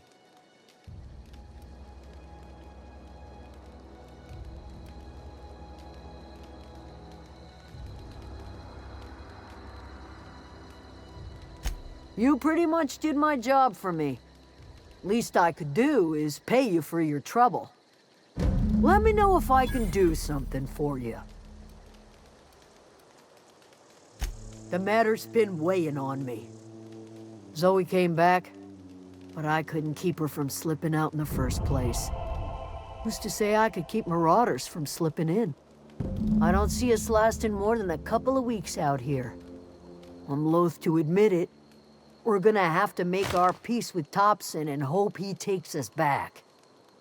Listen, we go back to Reed, hat in hand, begging for our old jobs back. Well, Adelaide's not gonna forgive us. She never talked to us again.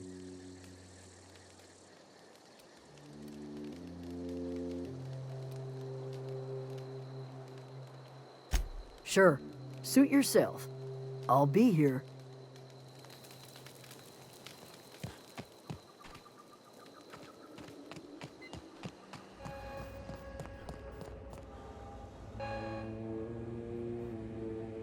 Look at that. The snake's come back.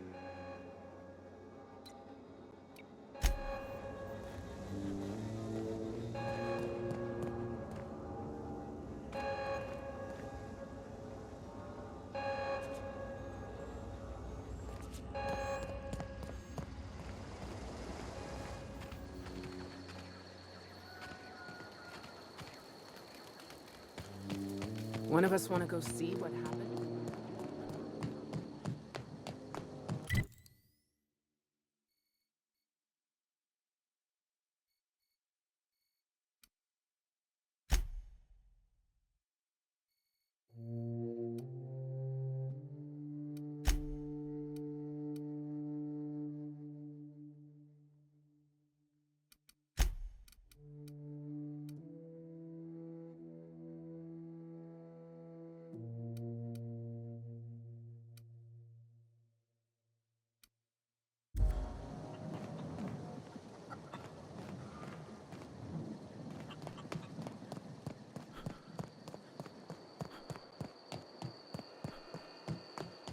Sure.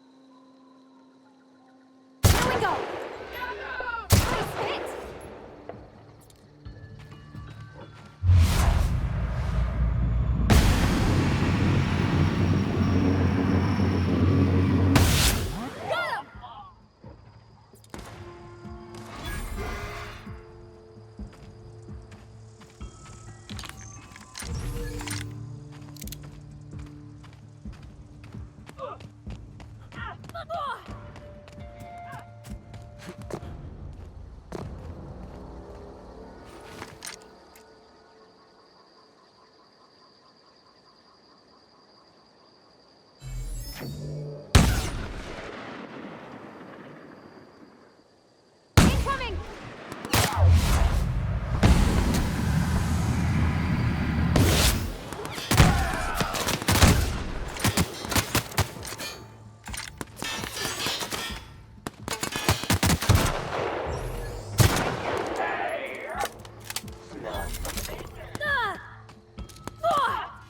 Nice hit! Got 'em all!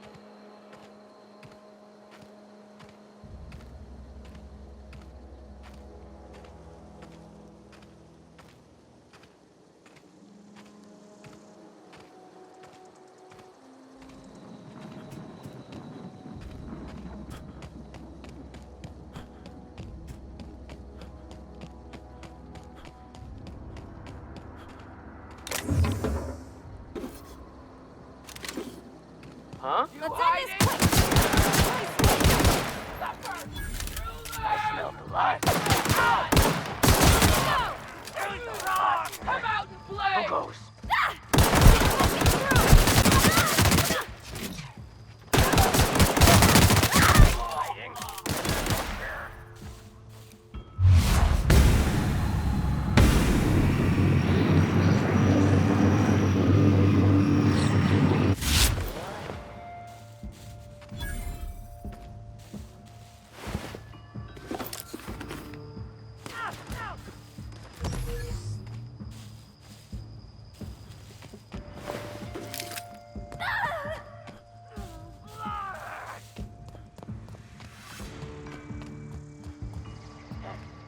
Hear that?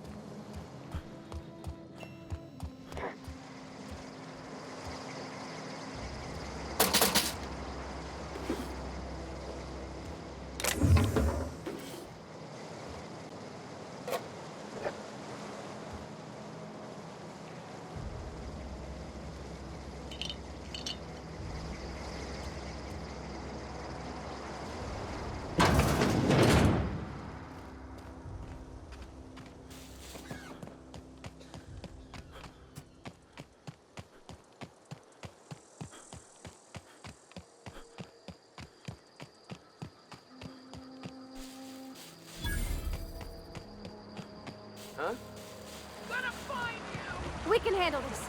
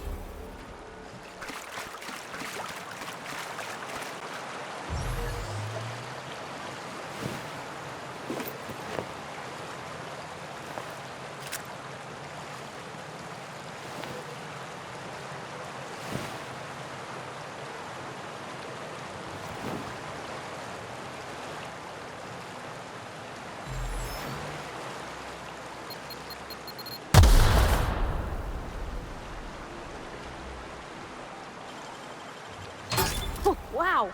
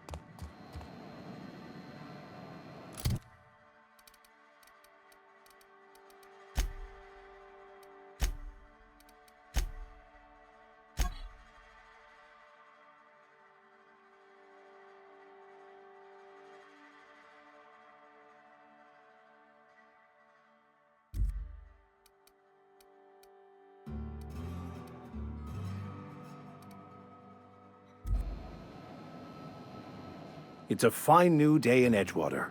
The cannery hums, streetlights and faces glow. I suppose this means the two of you were able to sort out the matter?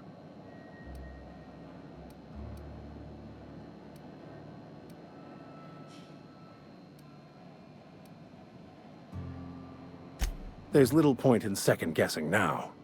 Take comfort in the fact that your choices are always, ultimately, in line with the grand plan.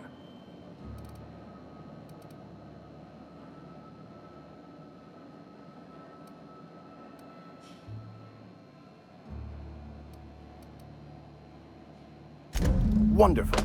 This is fantastic. Well worth all the sacrifices I... Wait. What the fuck is this? Is this... French? I can't fucking read French. It's a law-forsaken joke is what it is. French! Ha! I was so high and mighty, preaching to the yokels about following the plan, while fighting it at every turn.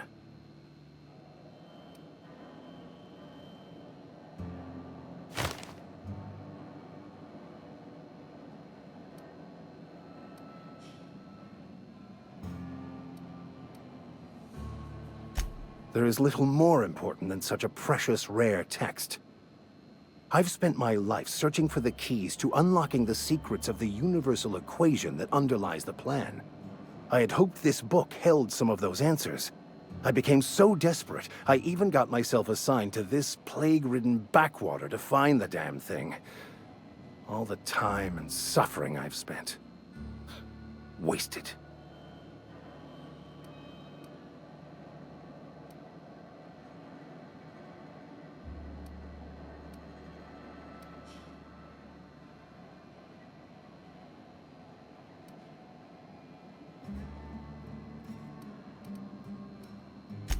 Please. As if my life should have no greater meaning than proselytizing to a bunch of feeble-minded wretches. Nothing could be more excruciating than discussing the true nature of reality with people who have no interest beyond their next Aetherwave program. But that's neither here nor there. What I need to do now is to find a translator, obviously. But to do that, I'll first need to secure transport. You have a ship. Perhaps I could make myself of use to your crew.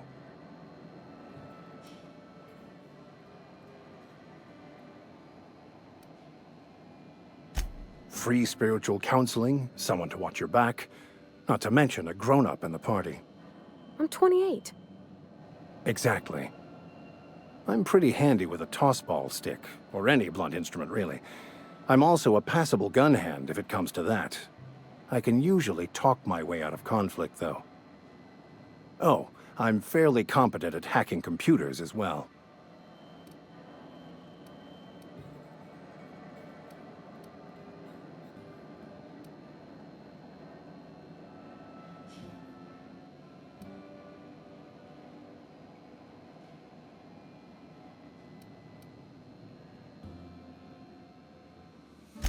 Well, understanding computers is, though I admit I took it further than most.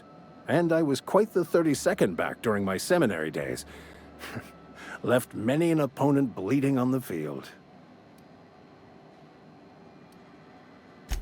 Of course, I'm a vicar who is dedicated to his calling. More dedicated than any other you'll find in this colony. I joined the OSI to help decipher the grand plan. But instead, I ended up the vicar in a prison due to ignorance and politics. Then I came here. Satisfied? It's the journal of one of the originators of the Philosopher's School of Thought, though it would be more than a century before it was perverted into that belief system. Philosophism's a false religion that stands in contradiction to almost everything we know to be true. They believe all is chaos, in stark contrast to OSI's belief in the plan. But most of that came later.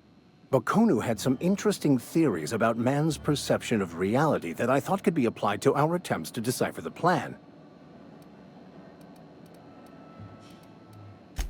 Most laypeople are not aware of this, but we've not discovered any new insights into the plan for a long, long time. I had an idea that we should welcome the truth, no matter where we found it. I had the worse idea to share my thoughts with a superior. And that's the long and short of it. So, what do you think?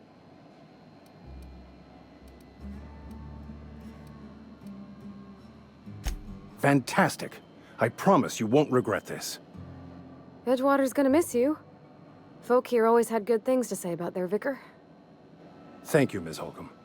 I'll be glad for the change of scenery, and to leave this place behind. It is my esteemed pleasure to serve as your crew vicar, Captain. I find myself marveling at the complex simplicity of the Fibonacci spiral. I'm sure you know what that's like. Something vexing you, Captain?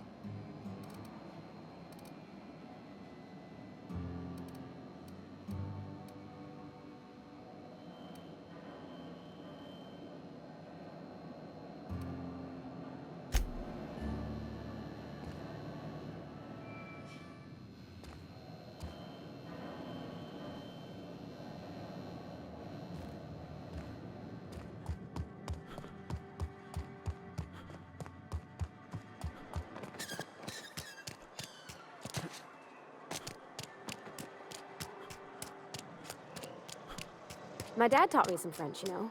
Stuff about omelets and, fromage. I could take a look at that journal. By all means. I would be astounded, yet astronomically in your debt.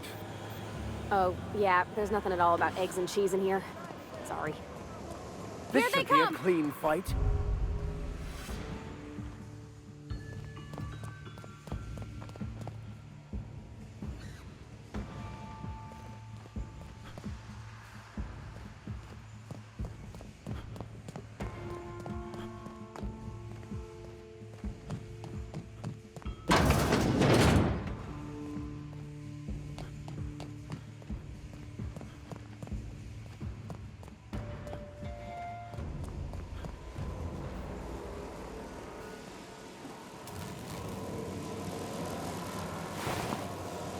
Where were we?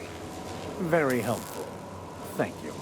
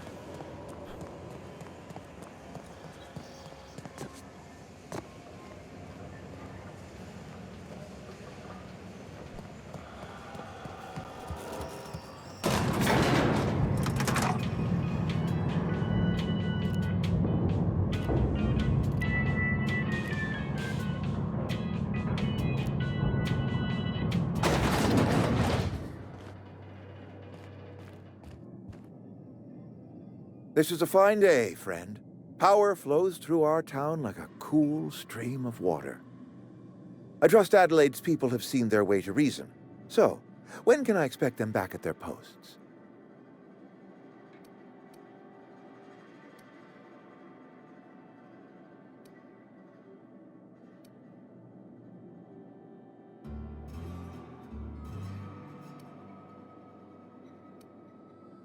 I expected as much.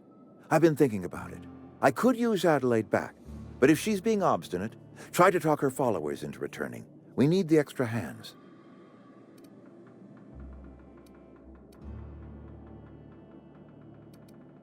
Go ahead.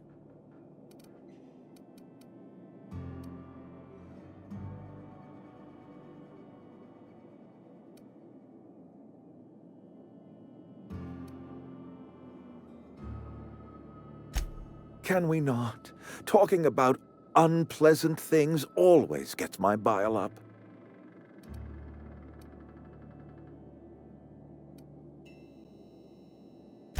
That I cannot say.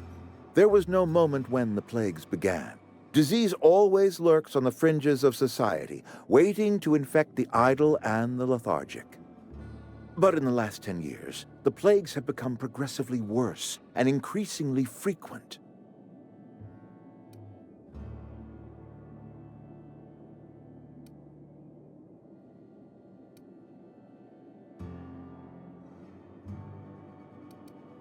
Corporate doesn't like us using the word should. It encourages the imagination. I believe plague is a test. It is a test of our loyalty and our fortitude, and it is one we will see through to the end.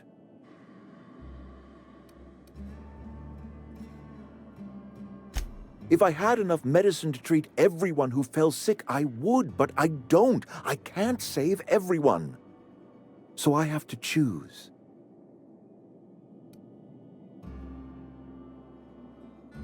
Adelaide's son was barely competent. I treat him with our medical rations, and it looks like I'm playing favorites. Now, I will not pretend to understand the suffering Adelaide must have felt on account of losing her child, but she is not the only one to have felt such suffering. I wish she had stayed with us. Adelaide left us when we needed her most. Go ahead.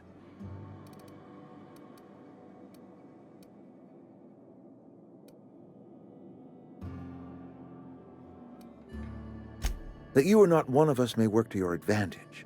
Adelaide and her folk loathe the people of Edgewater, you see. I admit the fault was mine. I'm about as diplomatic as a bristling canid. I just hope Adelaide and her folk will see their way past my flaws and return to town.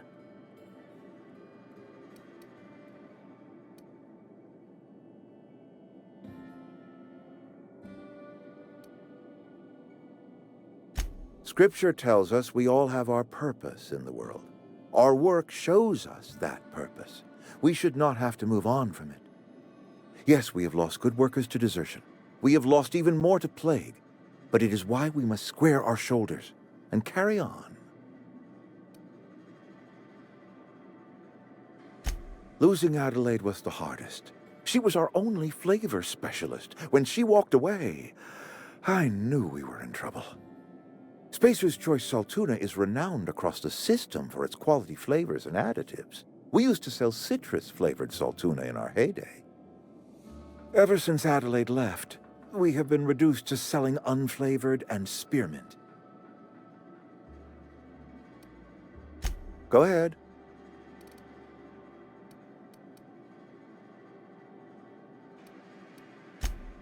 It is my job to keep two eyes on my town. I am the steward of this place, and this is my watch post.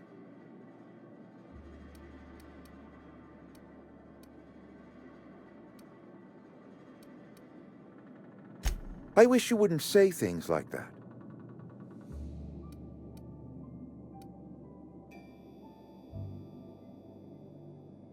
Yes, as a matter of fact. When I stand at my window and look out over my town, here's what I see. I see decent, loyal, hard-working people. I see a family.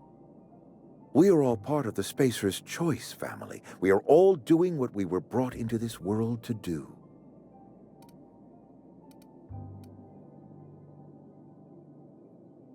I'm trying to remember 25 years, 26.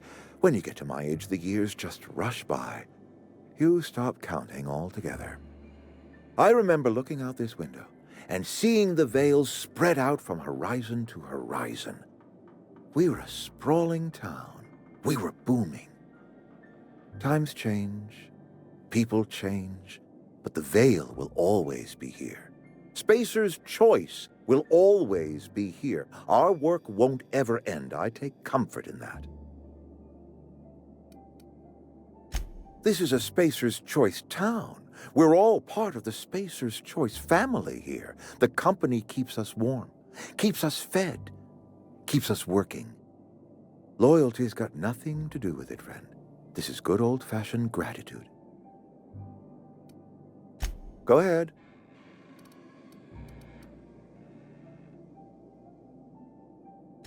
Adelaide was our only flavor specialist. We are a Saltuna canning institution. Saltuna without flavor is like a cysty pig without tumors, borderline inedible.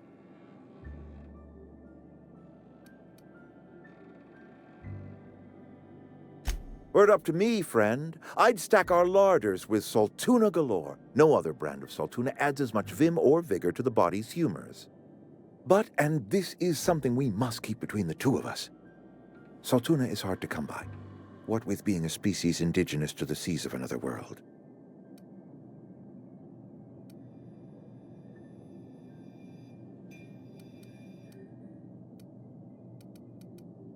Oh, we've scavenged together some organic material from the surrounding environs. Mostly organic, mostly local mushrooms. Some of which possess a texture akin to a well-boiled slab of Saltuna. The difference is all but impossible to detect to any but the prissiest of palate. Go ahead. Can we not? Talking about unpleasant things always gets my bile up.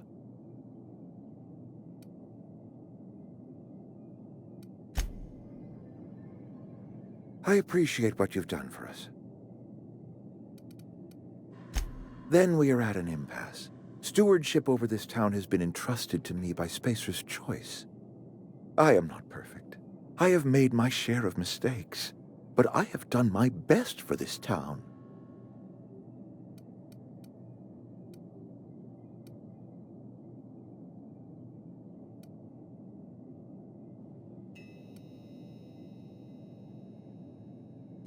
I am a Spacer's Choice man. My father was a Spacer's Choice man.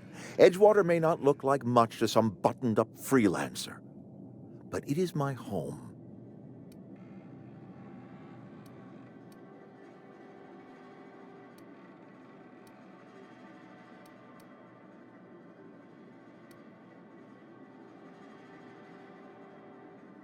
I don't believe you. Plague's a reality of life. Best treatment is a good work ethic.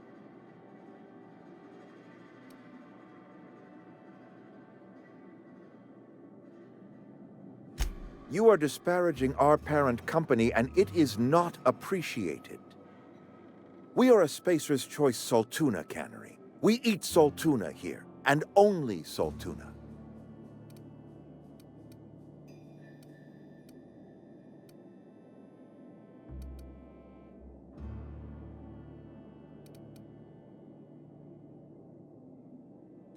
I don't understand. You say Adelaide's growing her own food. But that should not be possible. The soil's gone sour. Company said as much. Our own botanists couldn't grow decent crops for us, so the company got rid of them and shut down the greenhouse.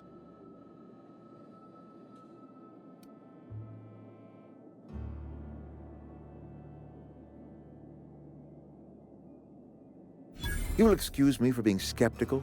How exactly is Adelaide growing crops in barren soil?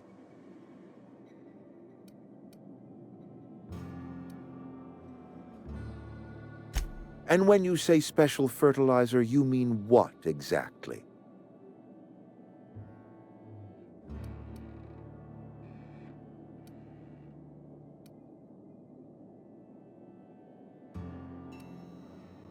Adelaide has been using dead bodies in her fertilizer? That's... come to think of it, that's a stroke of brilliance. What a remarkably efficient solution. Recycling Spacer's Choice property long after its date of expiration. I was wondering about those missing bodies in Silas's cemetery.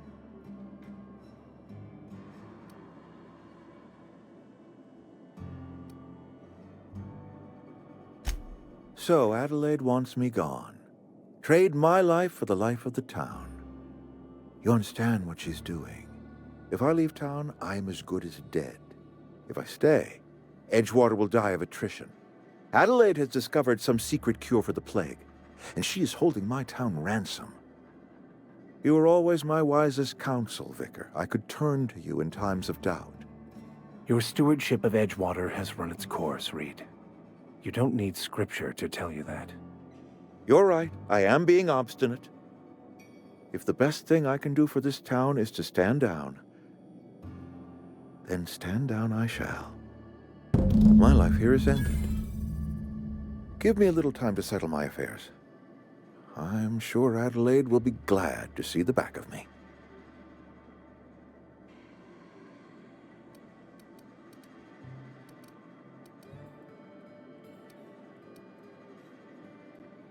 Couple months ago, I might have put in for a transfer. It's a big colony. Spacer's Choice has other towns. Now, I couldn't show my face in any of them.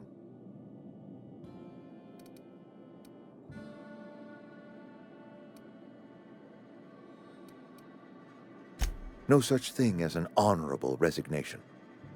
Suppose I could find a place outside the walls, or put in for early retirement.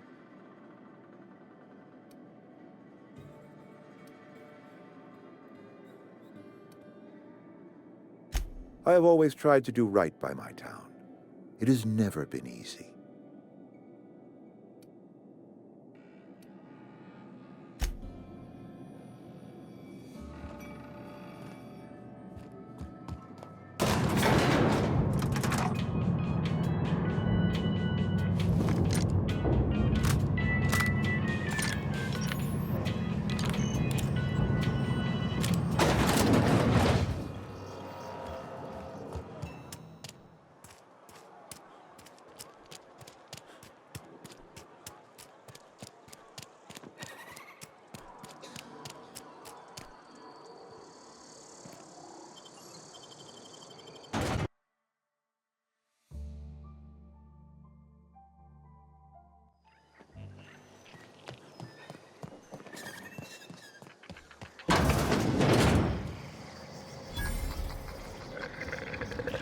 Here they come! Well done. They're still alive.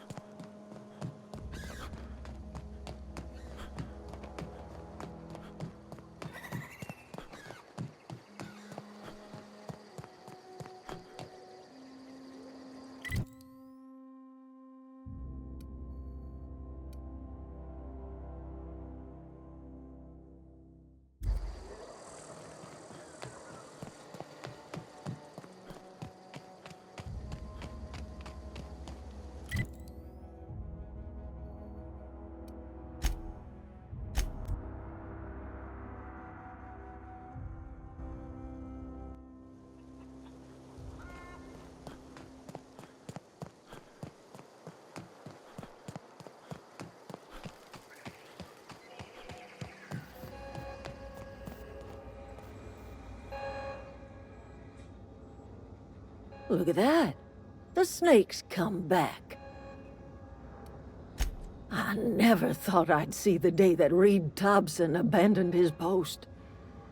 Suppose we all have a breaking point. Suppose it's time our flock made our way back to Edgewater. We must tend to what remains of the town and carry on with our lives as best we may. You're vexing to me, you know?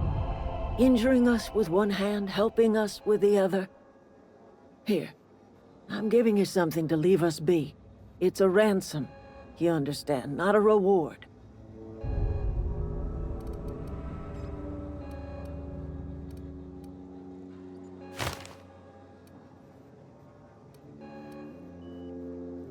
You're telling me you did all this just to put me in charge of Edgewater? Stranger, you are some kind of twisted. I might turn that old cannery into a garden. Got ourselves a whole cemetery bursting with bodies. I need some time to gather my personals. Long walk back to Edgewater. Got a considerable burden to carry.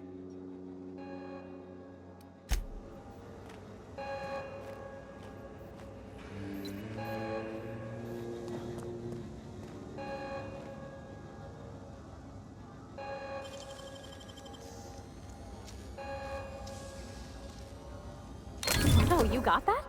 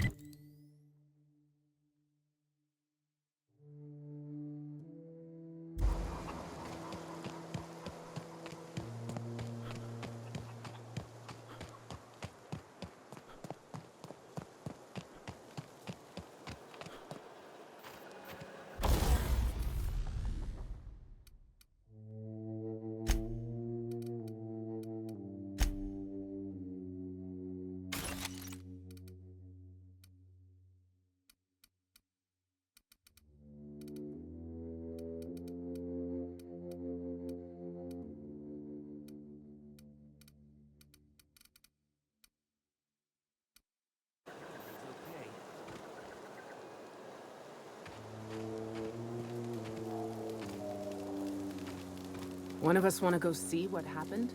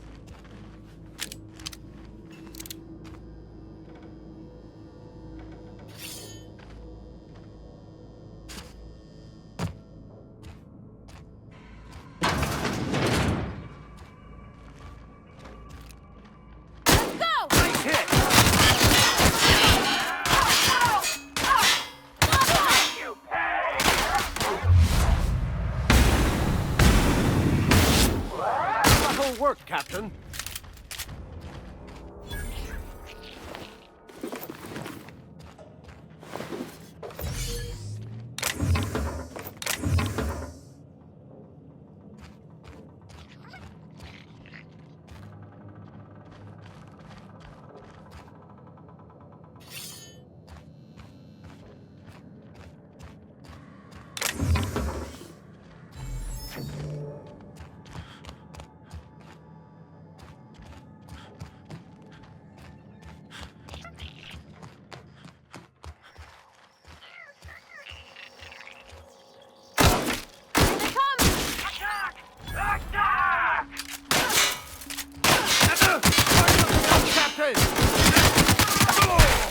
That's the last of them.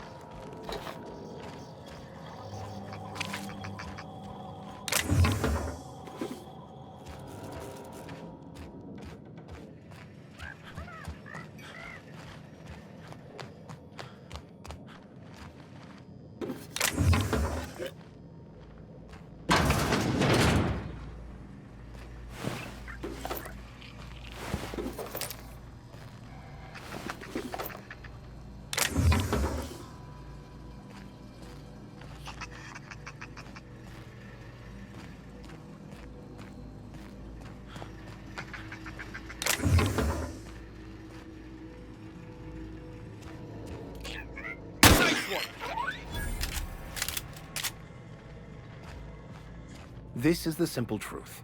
We are all molecular machines. The body is a collection of atoms. The mind is a consequence of chemical reactions. Therefore, our lives are predestined along a path that is only visible in retrospect. Life is fated and unstoppable.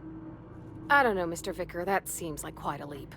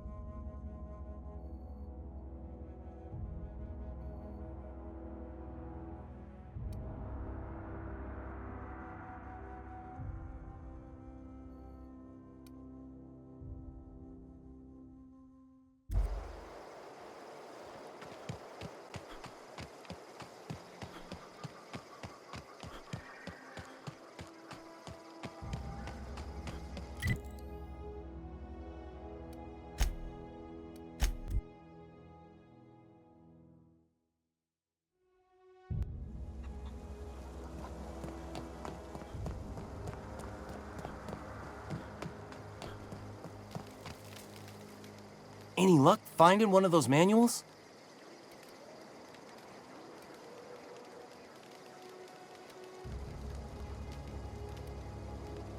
No kidding! Really? Well, which one?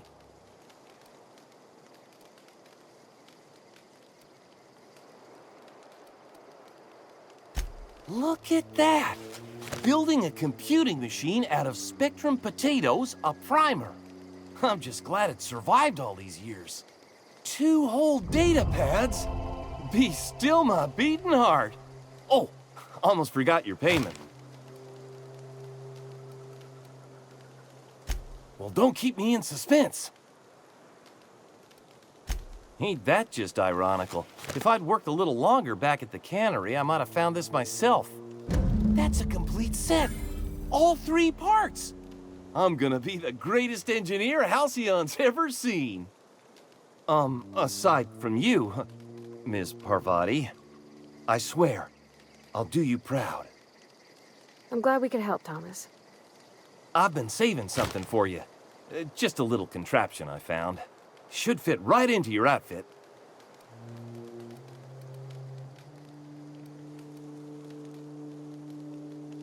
Adelaide said that? Was she sober at the time? I never imagined she'd step foot in Edgewater long as Reed ran the town. Something must have changed in Edgewater. Adelaide's good as family. If she's going back, so are we.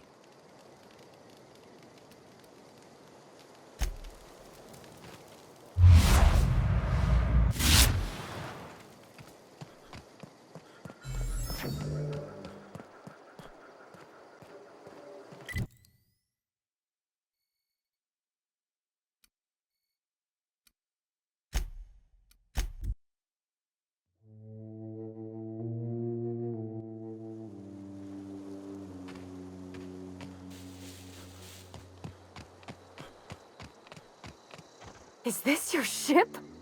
Oh my stars, she is just so handsome. Does she have a name yet? What's her drive model? Oh, gosh. Listen to me babbling. When I was in Edgewater, I dreamed of flying on a real ship, working on a real engine, belonging to a proper crew. I'm the only decent mechanic Edgewater's got, but every time I think of going back, I get this sinking feeling.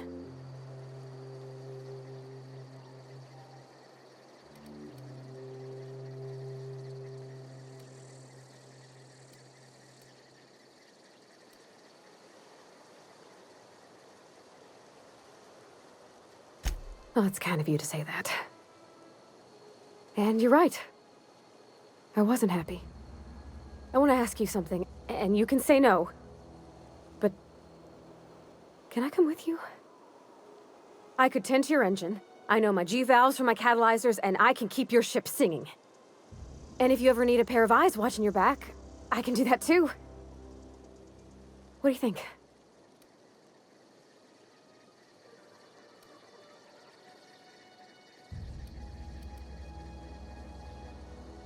Yes! I mean, thanks. You won't regret this, mister. Captain. I can call you Captain now. Ha! I got a captain.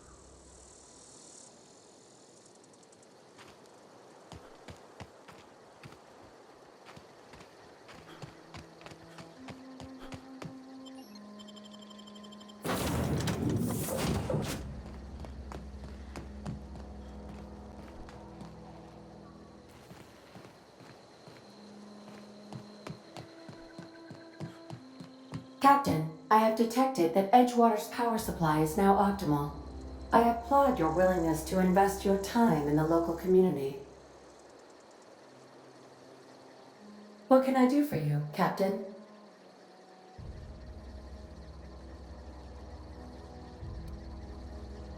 Do you know how to install a power regulator?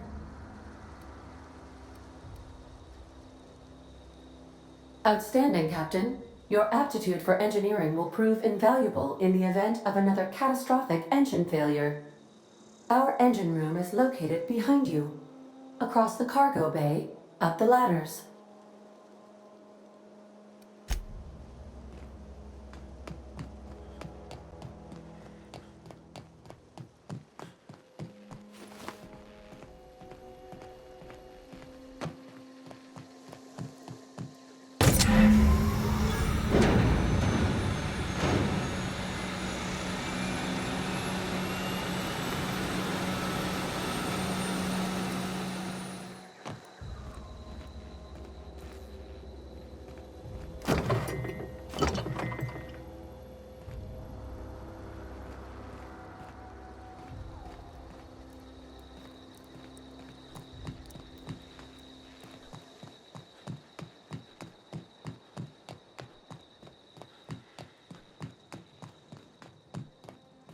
What can I do for you, Captain? All systems are operating within acceptable parameters. I am prepared to bring the unreliable into low-altitude orbit. This should prove an adequate test of our flight capabilities.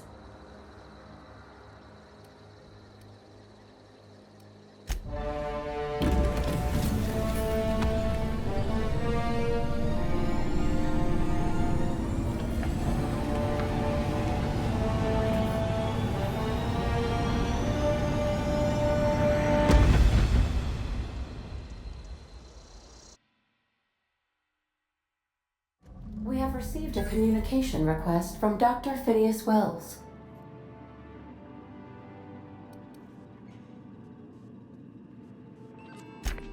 Aha, there you are. Hale and hearty, and captain of your own ship. I see you're putting the unreliable to good use. Shame about her former captain. Horrible way to die. How are you feeling, by the way? I lost track of you in that cave back there.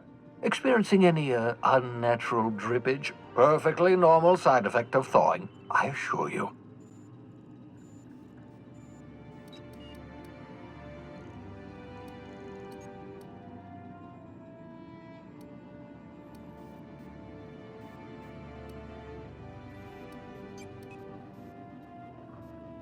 Good, great, excellent.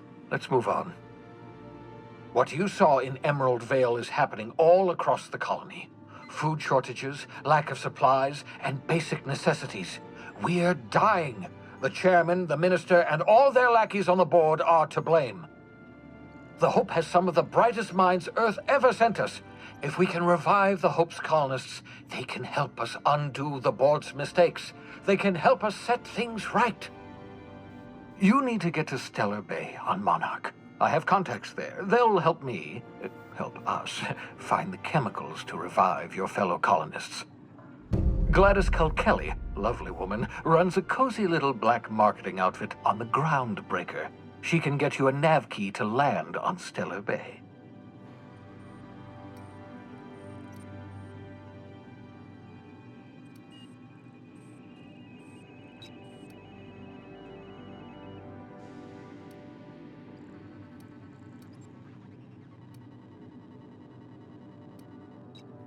Gladys and I have been doing business for years. Her smuggling credentials are unimpeachable. If anyone can get you a key to Monarch, it's her.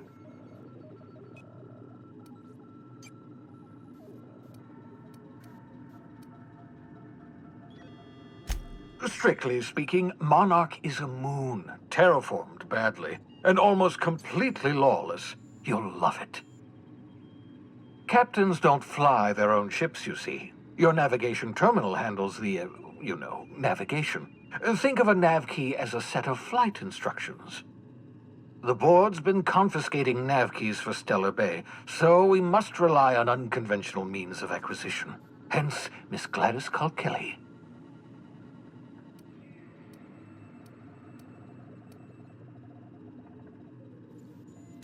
In theory, I suppose you could land your ship in Cascadia, and in theory, I suppose you might survive the experience. Cascadia is utterly seething with dangerous, highly aggressive creatures, more than capable of tearing you limb from limb. You'd have to be a lunatic to land in Cascadia, and I'm reasonably certain I tested your brain for incipient signs of insanity. Trust me, talk to Gladys Kelly. Excellent. I'll send her a wireless. Let her know you're coming. By the way, I gave Captain Hawthorne a disguise apparatus of my own design, cutting-edge technology years ahead of its time. I call it the Holographic Shroud. I'm sure it will prove remarkably useful to you. You'll find it in the captain's quarters.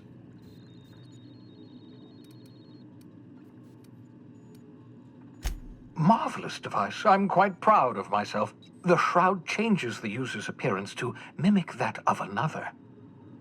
It has limits, first-generation technology, you see, but promising.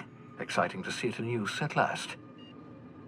Very simply, the holographic shroud uses biometric information contained on standard identity cartridges to generate a holographic projection around you.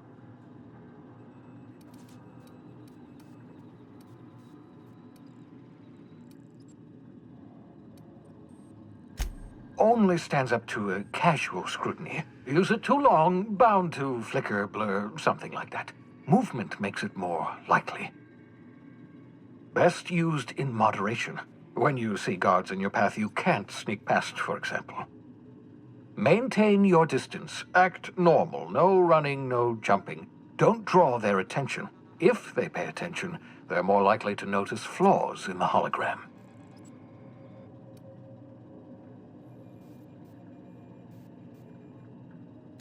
A change of clothes. What is this? Some old spy serial? What inattentive and brainless guard would be fooled by such a shabby disguise? The holographic shroud masks not only your clothes, but your face and fingerprints. It modulates your voice and sweetens your breath. Science, that's how. Ha ha ha ha! The beauty is they don't expect it. The shroud is the only one of its kind. We humans have a tendency to overlook the unexpected. Activate the disguise, walk past someone. What do they see? A figure dressed like a fellow employee. Don't act odd. They won't focus on you. Excellent. I'll contact you once you've found a way to get to Stellar Bay. If you have any questions, come see me in my lab. And remember, don't trust the board. They'll try to win you over with promises of wealth and power, but it's a lie. The board's only interested in filling their own pockets. If we don't put a stop to them, they're going to run this colony to the ground. Transmission ended. If you are ready to depart, please select a destination on your navigation terminal.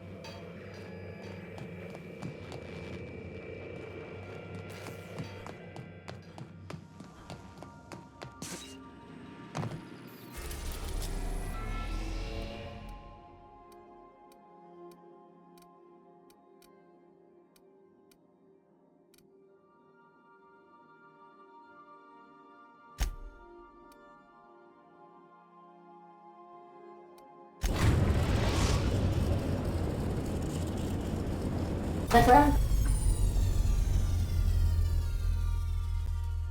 breaker has approved our request for docking, Captain. You're free to disembark. Can we talk? Hey, Captain. I heard that Groundbreaker's got a real good engineer. A lady named Junlei Tennyson?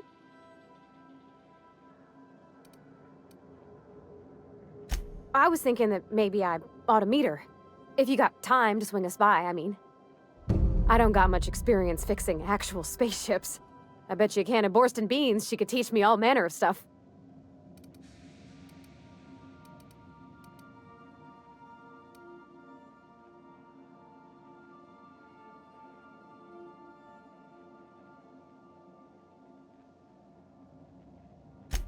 Gosh, no, Captain. I aim to stay so long as I'm welcome. I figured Junlei and I could confabulate over wireless, or by message. And maybe when we put into Groundbreaker, I could stop by to visit her sometimes. But only when you don't need me with you.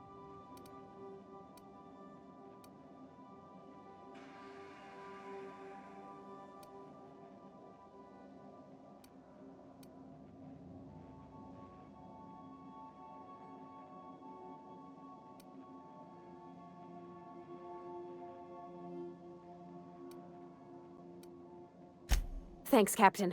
I'll be sure to make it worth your time. Did you want to talk about something else?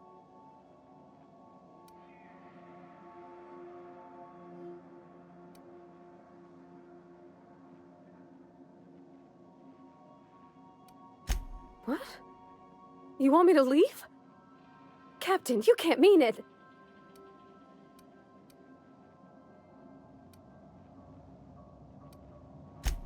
Oh, that's a relief. Thanks, Captain, for letting me stick around. I mean... Sometimes I wonder about Mr. Hawthorne. What was he like? Why'd he make the computer a talkie? You think he got lonely, flying about on his own?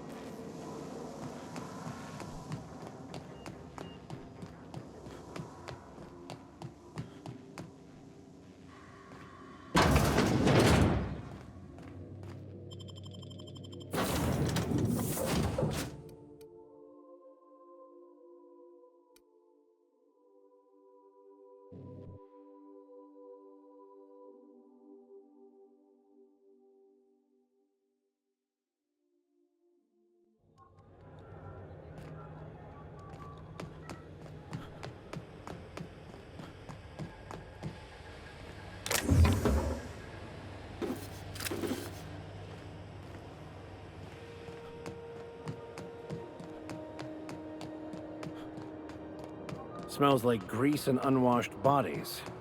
That's not the point. This halfwit just knocked out one of my workers. Yeah, with a toss ball speaker. Customs and inspection.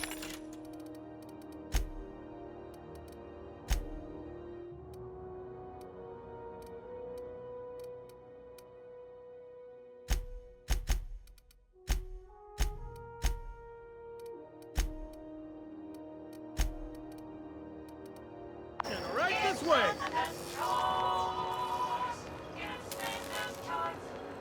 Identification, please.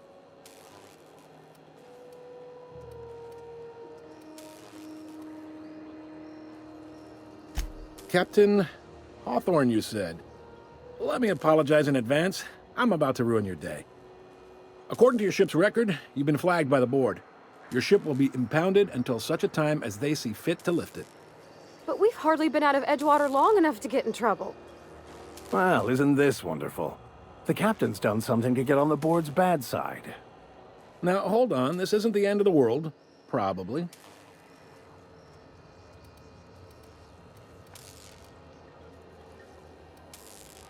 You'll want to take it up with Udom Bedford, our board representative here on Groundbreaker.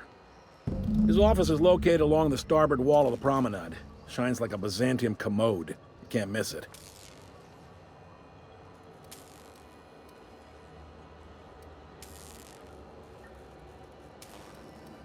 Access to that information is above my pay grade, and I've turned down 3 promotions, so it stays that way. I shouldn't be mentioning it, but what the hell? This here, impounding your ship, it doesn't happen much. The board knows we don't take kindly to their interfering in our operations. If I had to take a guess as to why, you must have riled up someone important.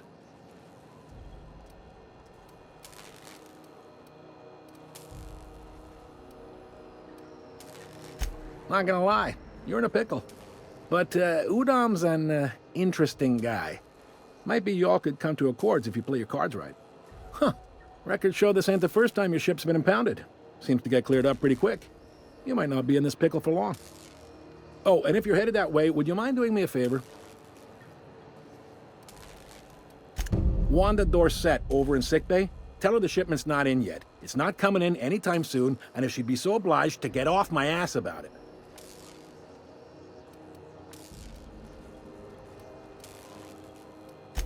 Much appreciated.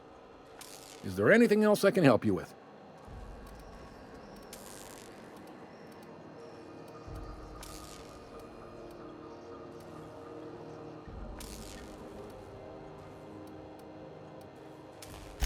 Maybe. Most of the shipping traffic in the system passes through Groundbreaker. Every couple of months, we even get a big interstellar freighter. 2 biggest operations are the board. That is, Halcyon Holdings and Sublight Salvage. But there are independent operators around the promenade deck. Most of those jobs are going to take you off station, though.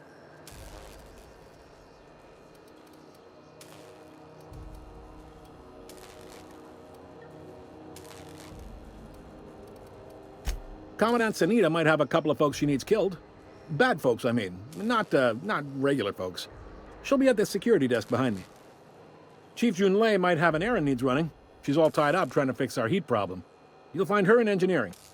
No kidding? I'd love to get a look at this old girl's innards. I bet they're real twisty and weird. In a good way.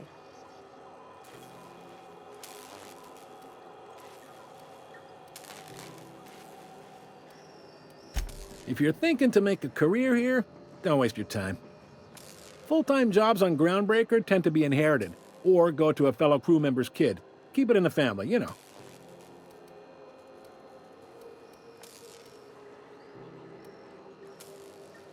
They strip the parts from derelict ships and abandoned outposts. There's some that say they make the derelicts and encourage folks to abandon their steads. Sublight gives me the creeps. I've known folks who went to work for them and just vanished. They're on the promenade run by a woman named Lilia Hagen. I'm only telling you so you know to avoid them. Relative to the board holdings? Not really. But there's a few with the means to go where they will. They aren't rich, but they aren't likely to look too close at your work history either. Are you pulling my leg?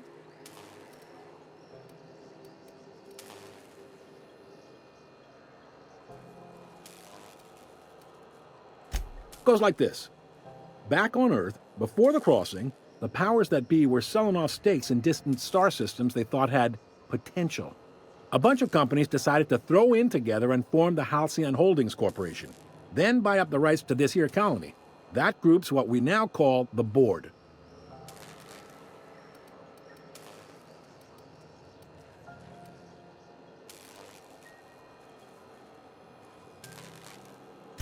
Sitting around drinking whiskey and smoking cigars, yeah, probably. Can't say for sure, of course. Doubt I'll ever see the inside of it myself. Yep, Groundbreaker's the only real independent port. Aside from us, there's just tramp freighters and wildcat miners. Seems like every year the board's offices get bigger and their ships take up more of the landing bays. Haven't seen nearly as many tramp crews this year. Groundbreaker was one of the original colony vessels to come over on the crossing, a few years before her sister ship, the Hope. Once everybody'd been de-thawed and dropped dirtside, the original crew of the Groundbreaker decided they rather liked the spacefaring life. I guess that was the start of our independent spirit. Now, here we are. Glad to help. All right.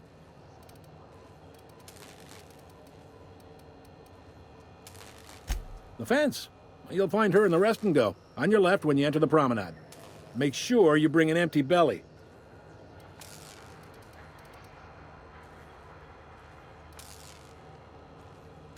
He's friendly enough unless you speak ill of the board. Get the sense he doesn't care for Groundbreaker much. Not that he would, being a board man and all. He's our liaison.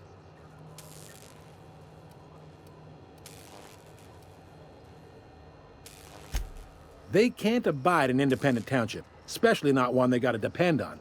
We're the first and last stop out of this colony. All their interstellar freighters come through us, and we skim a few bits off the top in manifest processing fees with every one. Folks around here will bluster that the board hates our freedom, but really, they know we can stop their out-system shipments anytime we like, and that terrifies them.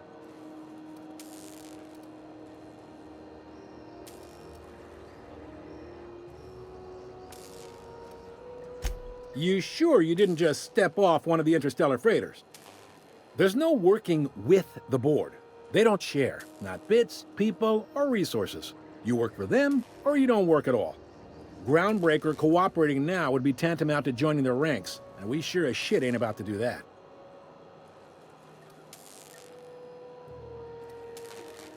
Sounds like, yeah.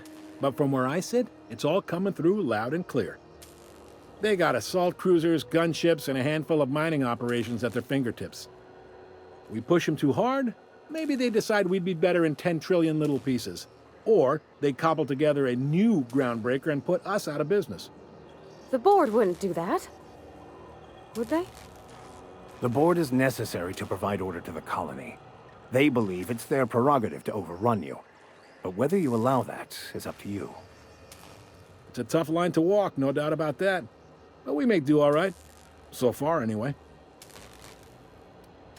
Sure thing. Most places are on the promenade deck. Big door yonder, straight through security. There's a bar on the starboard side. I got a preference for the Lost Hope myself. Talk to Vera. She'll set you right.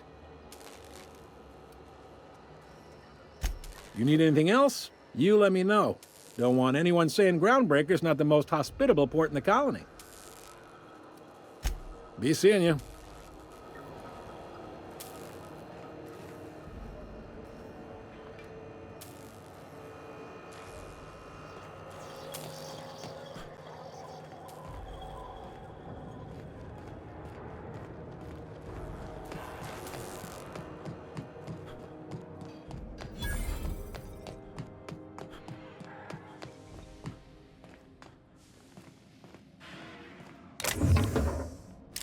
There's something weighing on my mind.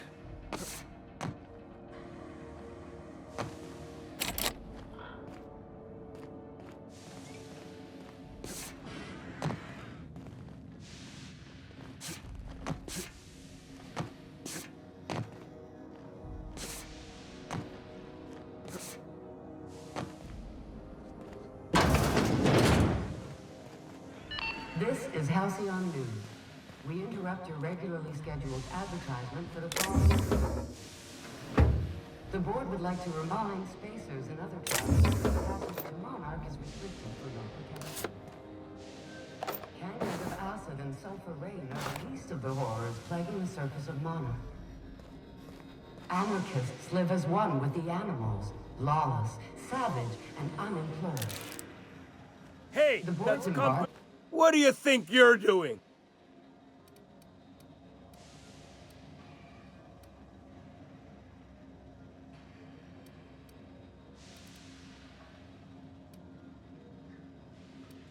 Oh. Just be careful next time.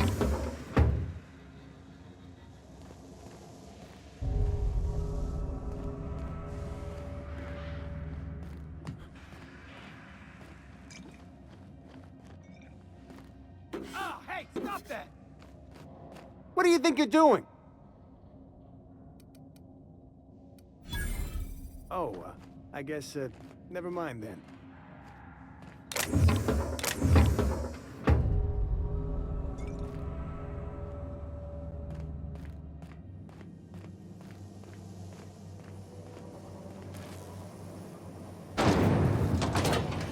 Try not to be distracted by the glare of the adverts. Lots of unsavory types about. A CCN 76 milk chocolate bar with caramel and peach It's time. Ooh, can we rent an upstairs room?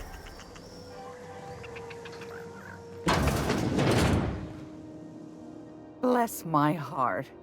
A stranger come knocking on a poor old woman's door. You here for a particular reason?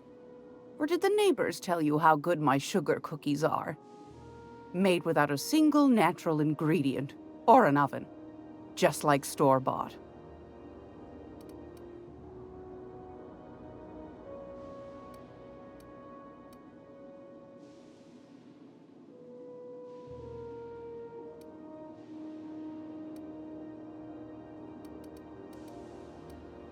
Those have been the height of illegality since Stellar Bay turned their noses up at the board. You and I could be thrown to the void just for discussing such a transaction. Lucky for us, Groundbreaker's a free port. We're outside of the board's control. For the time being, at least. Now, I only have the one nav key. And they're hard to come by these days. It won't be cheap. If you find yourself lacking in the bits, I might have an opportunity you'd be interested in.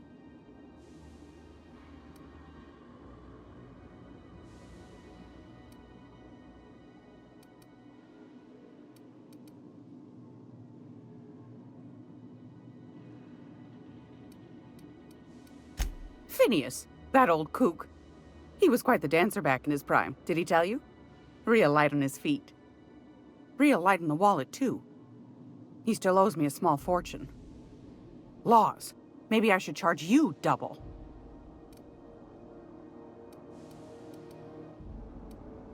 Well, I find I'm in need of a ship captain with a little moral flexibility.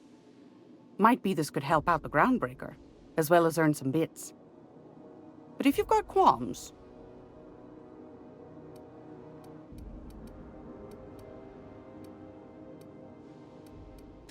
Do you know Edna, over in engineering? Sweet as a pea, that one. On occasion, she'll pass along transmissions I might find interesting. She sent me a recording of a distress signal she'd scraped from the Groundbreaker's comm array. Curious thing is, it came from an outpost called Roseway. And Auntie Cleo abandoned that place years ago.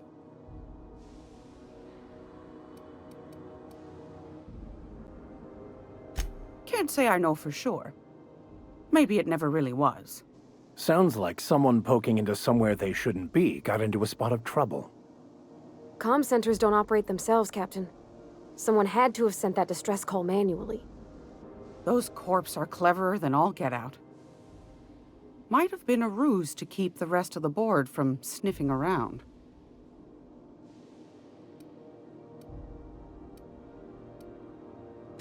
Edna didn't seem to think so, and I trust the dear girl's judgment. Well, maybe not in men, but she knows her comms. So, like as not, someone's been down there recently. And if someone set up shop in Roseway, I'd wager they got something to hide.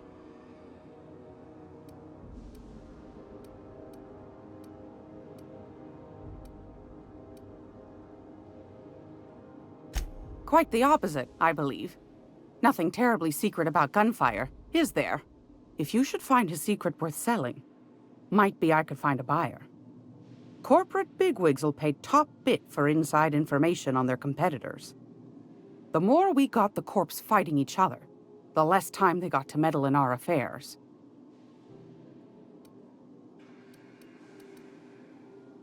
My goodness, aren't you quick on the uptake?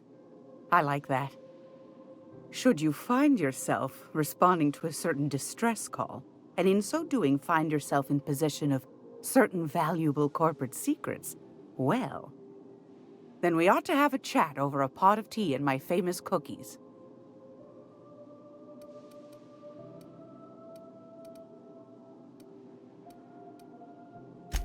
Law bless your atoms. Here's a copy of the SOS recording, complete with the coordinates. Don't forget to come find old Gladys when you're done.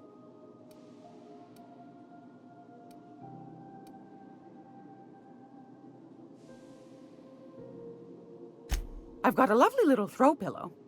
Just something I toss together. Like to keep my hands busy.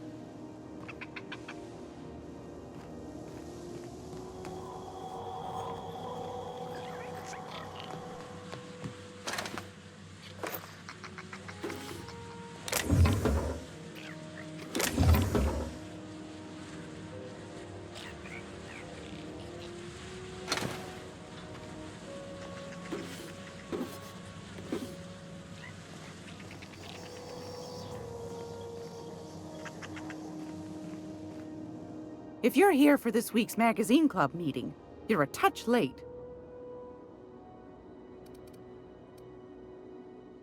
Won a charming copper kettle off that girl.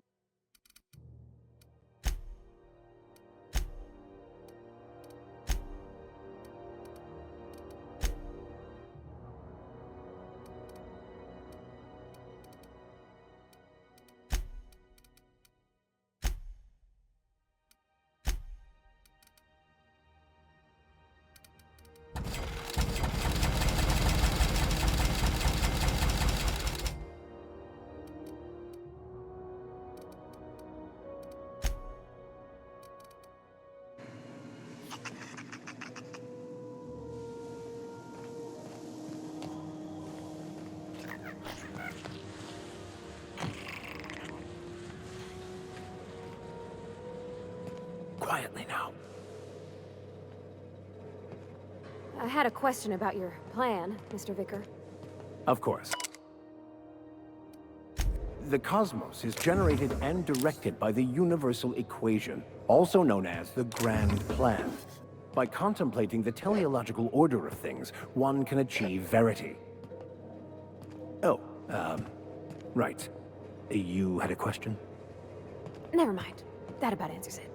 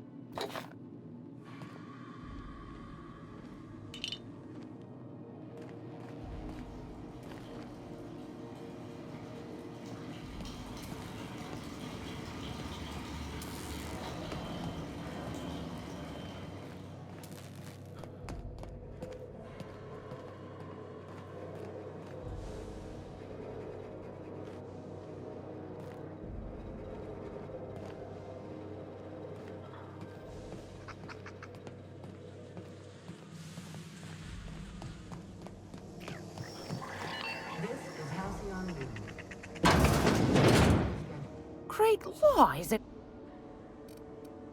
I've got a...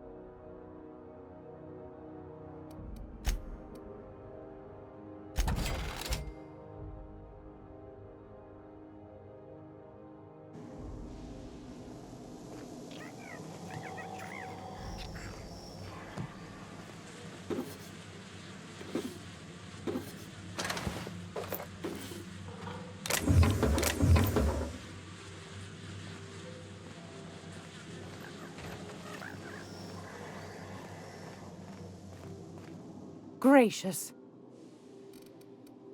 Want a charming...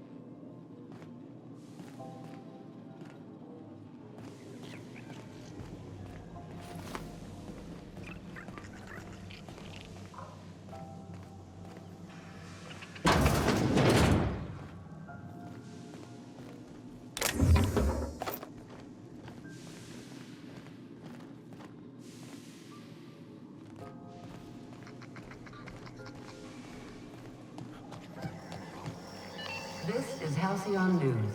We interrupt your regularly scheduled...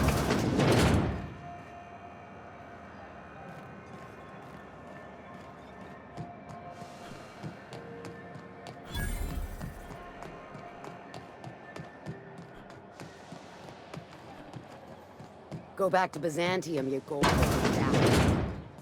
Ah, the board. Organized, efficient, competent. Well, mostly. I think everything in here is worth more than I made in my whole life. Ah, yes. Wheeler messaged me you were coming. He must be the captain of the Unreliable, a vessel that used to be helmed by one Alex Hawthorne. And you are not he. Has something happened to my favorite scruffy freelancer?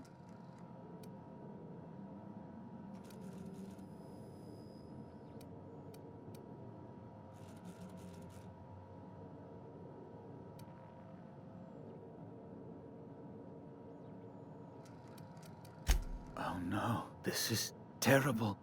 My dear friend, what devilry is this? In whose miserable fever dream am I trapped?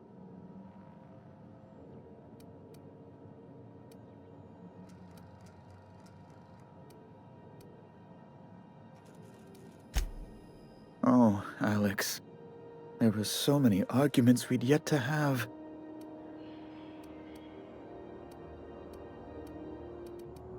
He was my dearest friend. My only friend. You have his ship, you must know. That picture of us on the promenade, me hugging him, him wincing. I keep a copy beside my bed. Did he?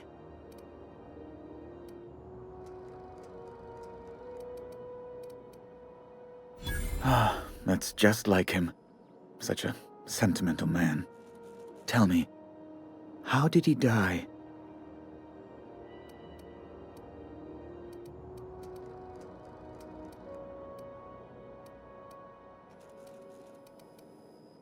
No! How dreadful. That was always Alex's greatest fear, you know. Devoured by those fiends. Becoming one with their droppings.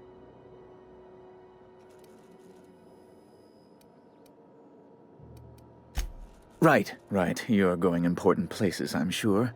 Big, exciting, important places. There, I've removed the flag from your ship. I'm terribly sorry for the inconvenience. However, before you go, Alex promised to tell me the location of Phineas Wells. I'm sure you've seen his wanted posters all over the colony. Did Alex tell you where Wells might be? Anything at all?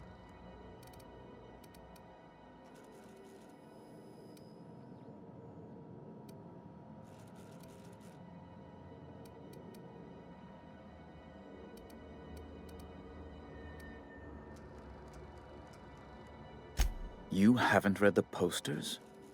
He's a terrorist, a thief, a madman. It's really in the colony's best interest that we stop him before he does further harm.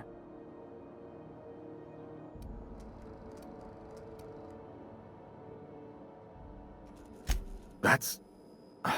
well, that's just terrible news. Law, what am I going to do now? The board will have my head. Oh, I'm sorry. This is terribly unprofessional of me. Is there anything else I might help you with?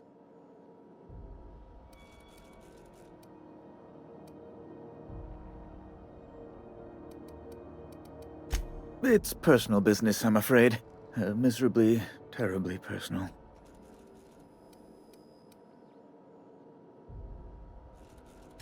I hope you don't take my reticence the wrong way. I shouldn't have said anything. Now, how might I assist you?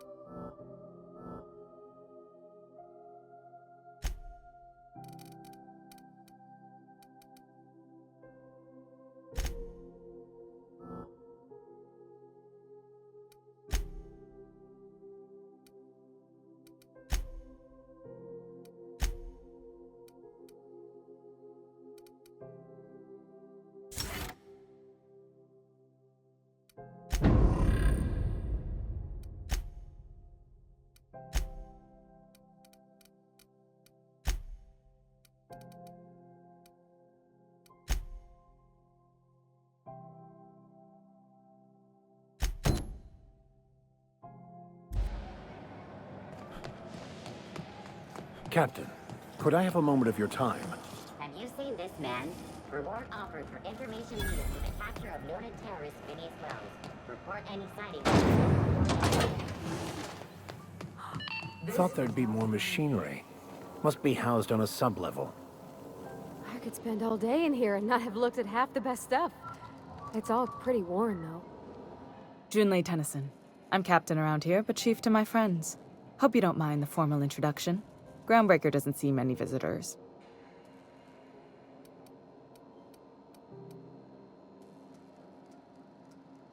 Good for you.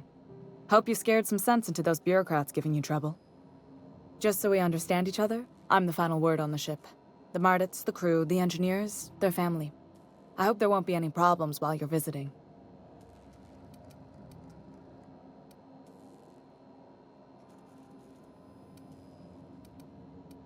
Good. Don't go making trouble, and chances are you won't find any. That's how I like it here. So what brings you to Groundbreaker? I'm curious, even though 9 times out of 10 the answer's just passing through.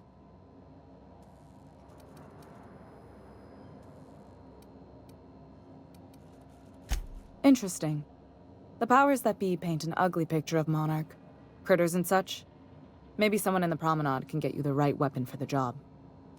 We see a lot of the same faces coming and going. Most of them board spies and corporate sprats. Makes it hard to trust outsiders. You seem different, so welcome aboard.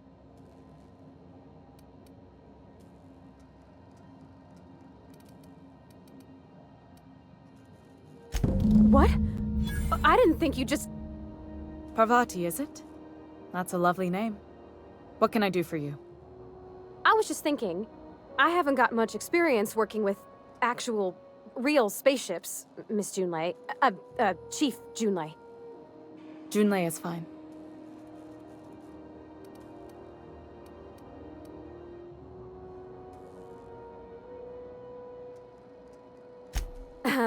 Okay.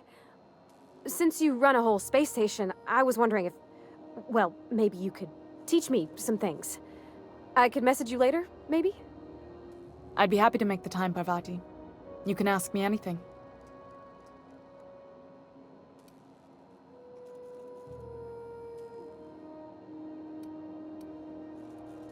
Right.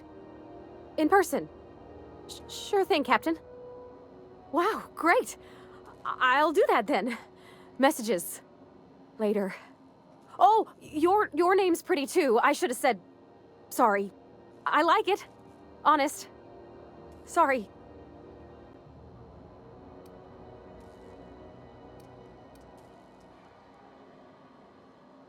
Couldn't have done it without your moral support, Captain.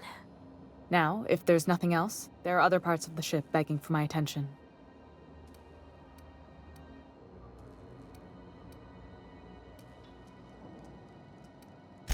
Frustrating.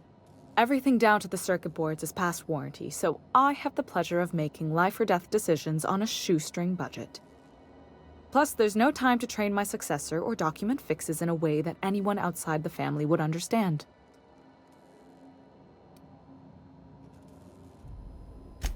Oh, gosh. I don't know. I'm really just a dab hand with a wrench. Nothing special. Not like a chief engineer. Don't sell yourself short. It doesn't take a seasoned pro to tinker on Groundbreaker. Just someone who knows how a ship ought to feel. We're always thirsting for help. If you could find your way around this labyrinth of ducts and panels, we could work something out.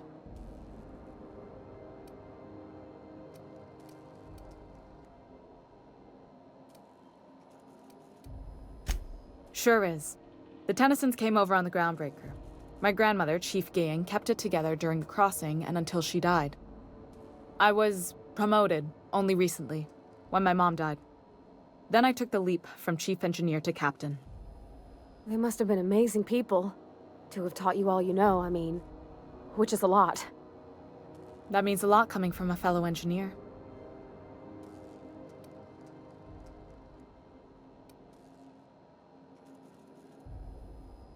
Appreciate it. There wasn't much that took me by surprise about the job, but the little things you never expect or think about, they add up over time. Maybe you can see why I'm protective of Groundbreaker. This ship is family. It's got tinkerings and bypasses that only Tennysons know about.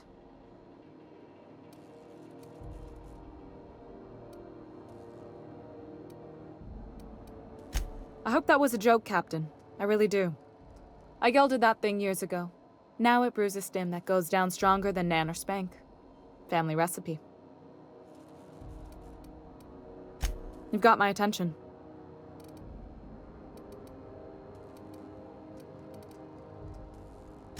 Groundbreaker's radiators need replacement parts. They're dumping superheated air into my ship.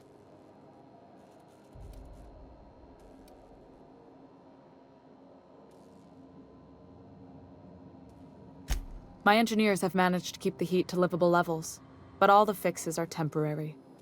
This wound is bound to fester. Only the board has access to new parts, and I won't let them swindle me into a corner.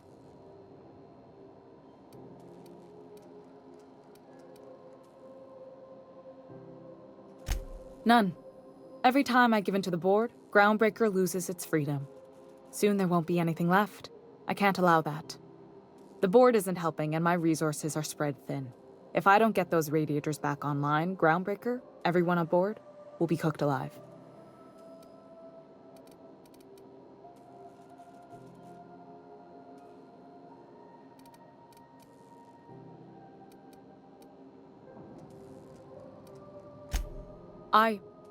We'd be grateful for your assistance.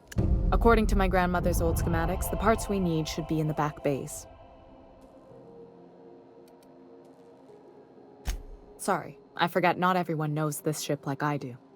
The back bays are on a lower deck, long abandoned and a haven for miscreants now.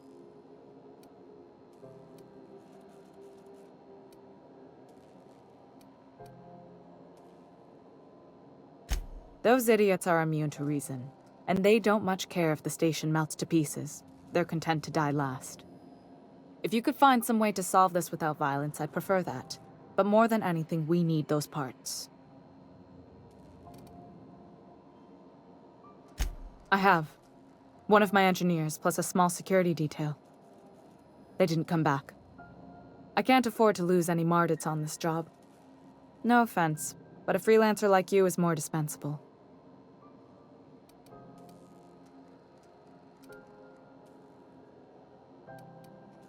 Mardits are descended from the original Marine detachment that crossed the void with Groundbreaker. I don't put their lives on the line if I can avoid it.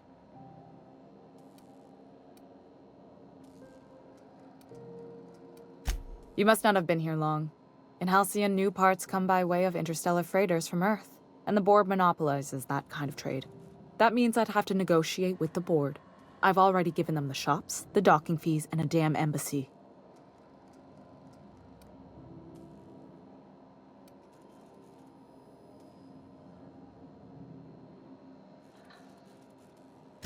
Fatalism has got no home on Groundbreaker. We aim to weather the storm no matter how bad it gets. Between us captains, I try to avoid sounding as bleak as you. Even if I'm feeling down, the crew doesn't need to hear it.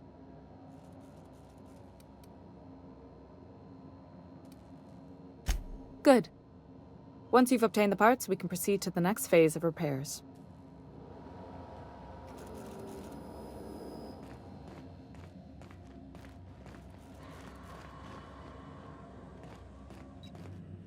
This is Halcyon News.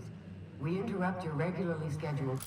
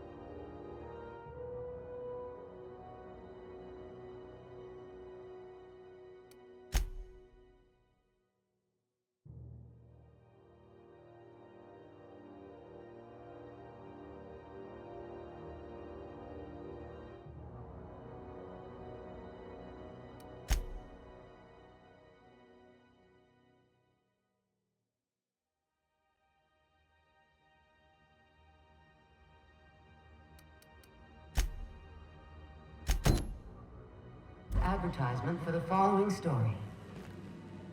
Do you have...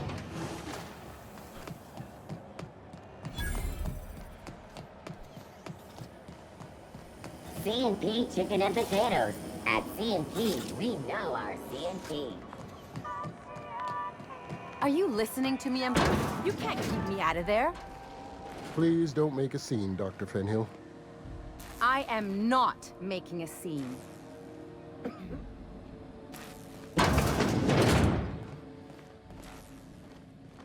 Can't say I've seen you before. I take it you're a freighter captain?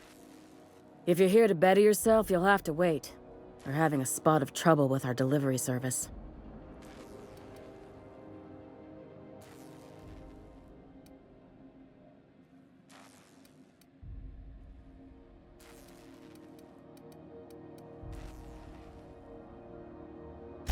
Did he now?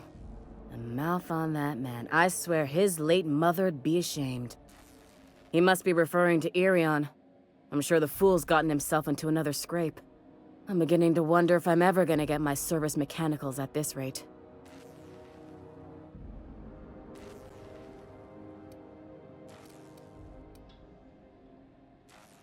Surgery, mostly.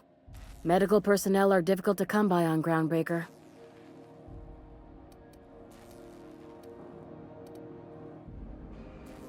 Our delivery man. A brave idiot with a penchant for getting himself delayed. Sometimes by dates, usually by bandits. I'd be grateful if you'd spare the time. We need his delivery soon as yesterday. Last he told me, he was taking a shortcut by Scylla, an asteroid in the Charybdis cluster. That's where I'd start, were I the adventuring type. You look out, though. The place is probably crawling with outlaws. Could I have a word with you, Captain?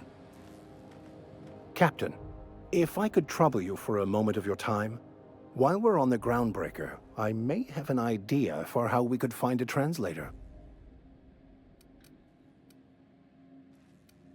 I've been thinking on that. There's a former infamous philosopher scholar who fled Terra 2 some years ago. He's an expert on Bakonu. He's also who told me of the journal's presence in Emerald Vale. If anyone in this colony could translate that book, it would be him.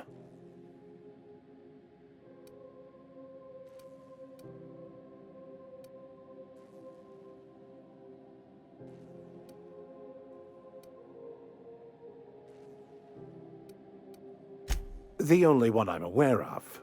I suppose we could always just ask random passers-by if they are fluent in it.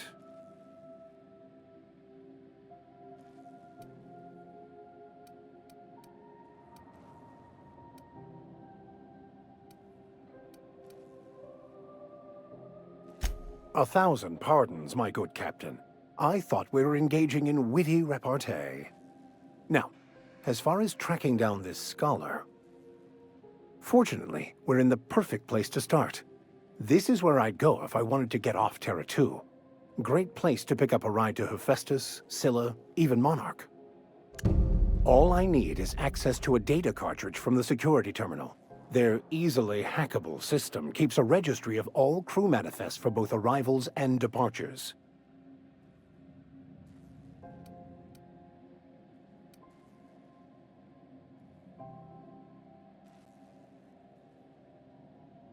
Before I transferred to Edgewater, I had a wealth of time to develop certain, secular skills during my years serving a particular penitentiary flock.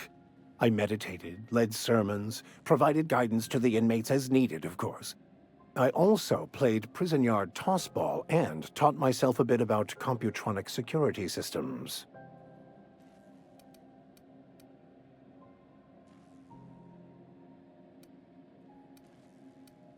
Thank you, Captain.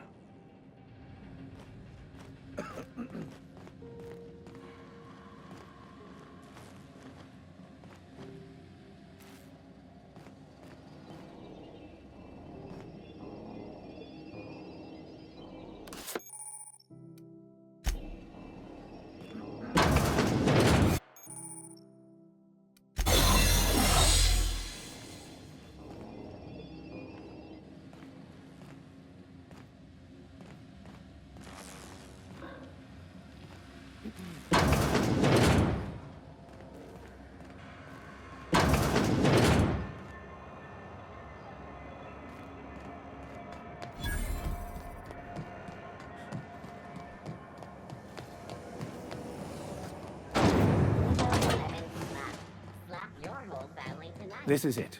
Security. I can check the departures registry to find out which crew the scholar shipped in and out with.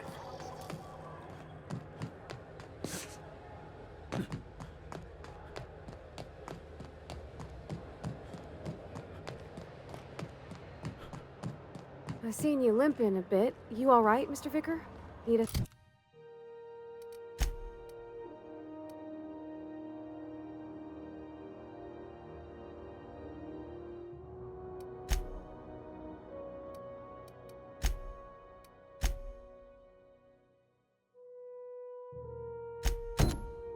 To slow down? What are you implying? I am perfectly fit. My knee is just acting up. There's no shame in being older, Mr. Vicar. Don't worry. The captain and I'll take care of you. I need neither your advice nor your pity, young lady.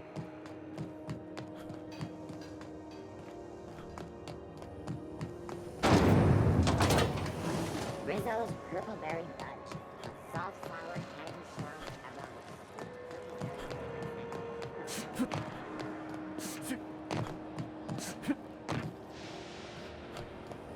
Have you seen this man?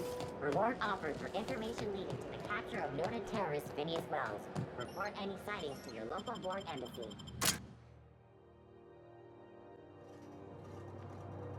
Who there? Hey, McRed, were you expecting any company? A neighbor from above approaches our realm. Back away now, or you'll parley with the king.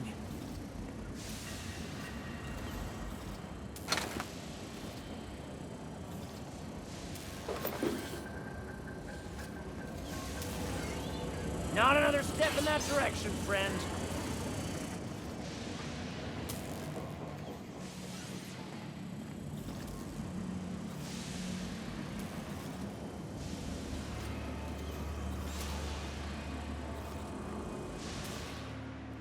Look at this ripe piece of meat just sizzling on the grill. Yum, yum. Time to feed the flames. It's nothing personal. Promise. Is this what carbon monoxide poisoning looks like? I don't think this deck is too well ventilated. Speaking for myself, Captain, I am not of a mind to be murdered by a psychopath who plays with fire. You came with the crew. Welcome. We got plenty of space to spread out, but only room for one captain.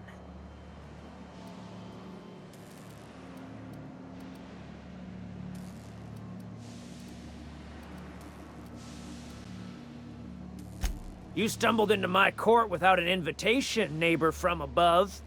If you don't have any business, then it's time to light up the grill.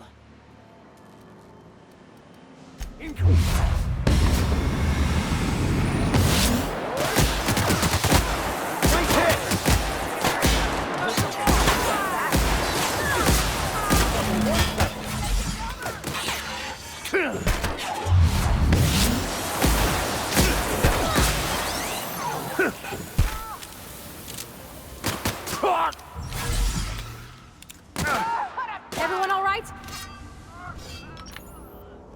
Did I hear something? Okay, going quiet. I'm ready for this.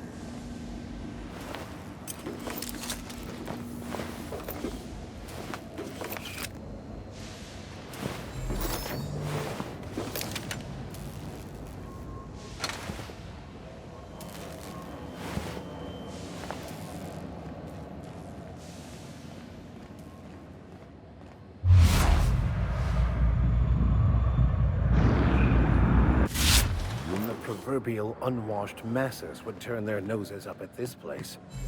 Cut them off.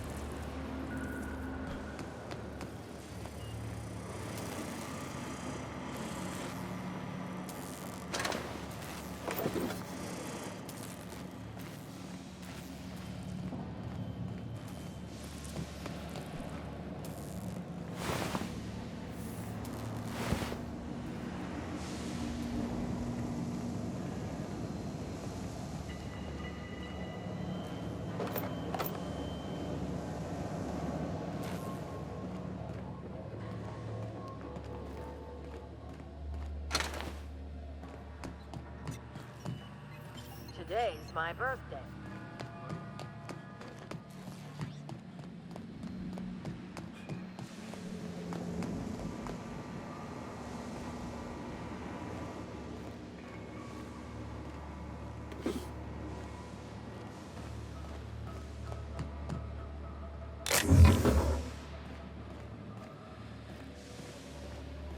It's so cozy.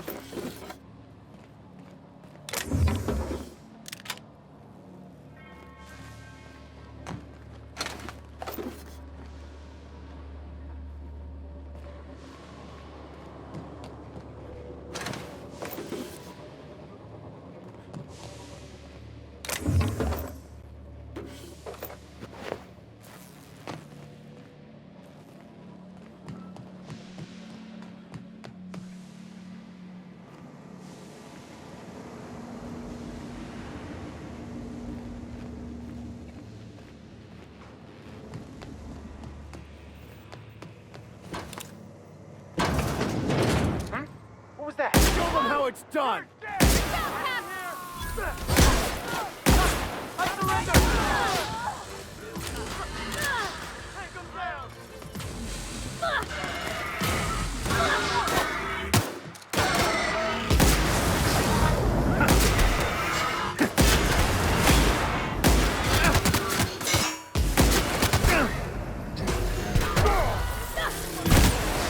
Everyone all right?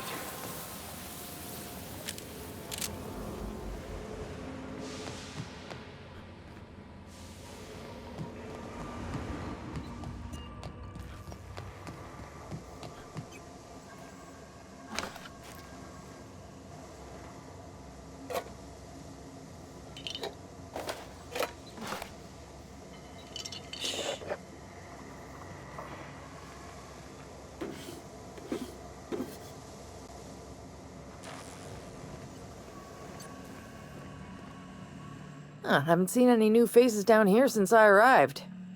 Not sure how long ago that was. McRed tends to incinerate anyone who comes by.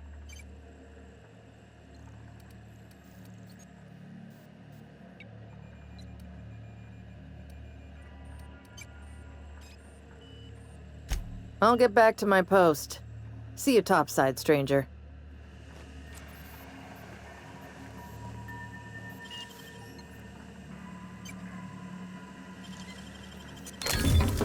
Nice.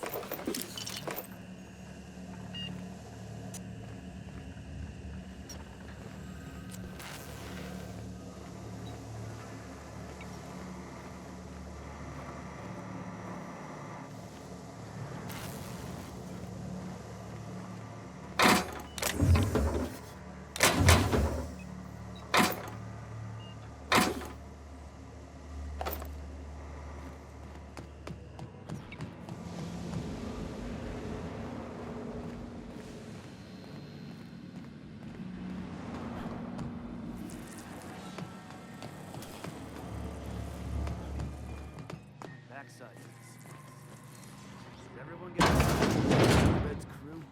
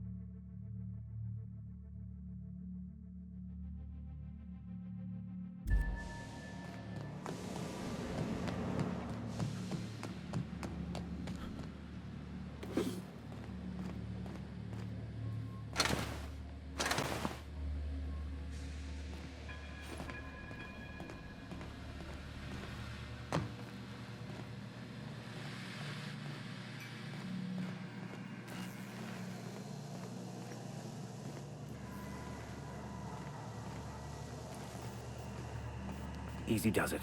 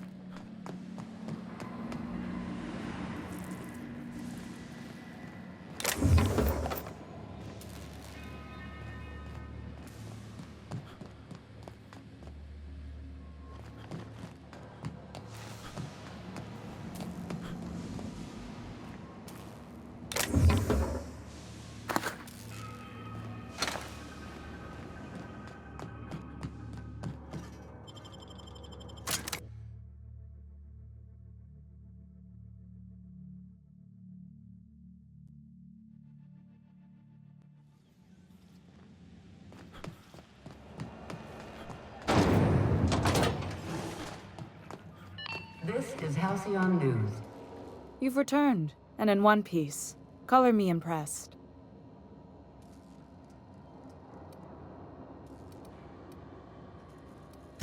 Good work. I'll take those. I need you to head through the large door at the far end of engineering. Take the elevator down into the machinery shaft. There's a terminal in the back. Activate it when I call over the ship's PA. And bring weapons. There's a slight mantipillar infestation.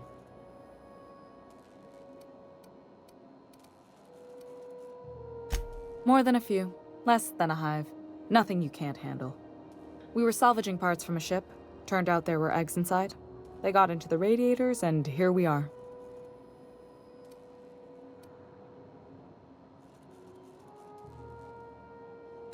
If every repair was a one-woman job, I wouldn't need an engineering team.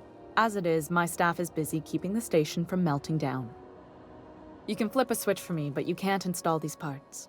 Not quickly, at least. Not on the first try. Able, though, you've proven to be. Don't worry, Miss Junlei. We'll be super gentle with the ship. You don't got a thing to worry about. I mean, aside from fires and such. I'm genuinely heartened to hear that. Thank you.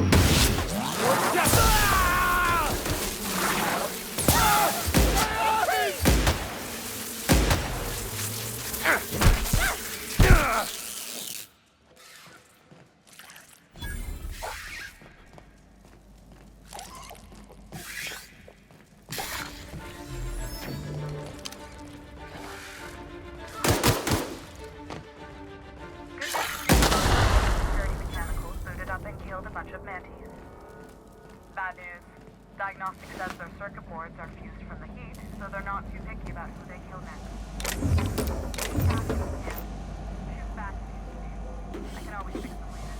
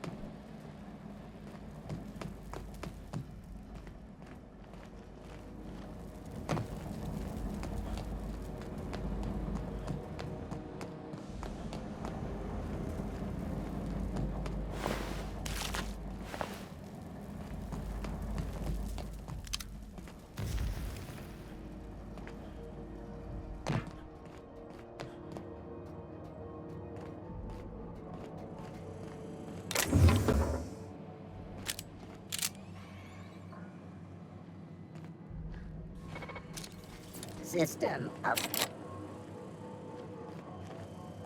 security. Watch out, Captain!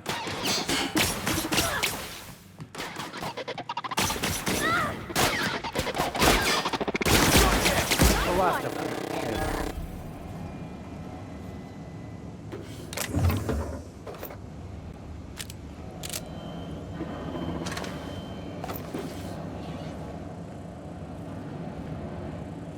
Here they come!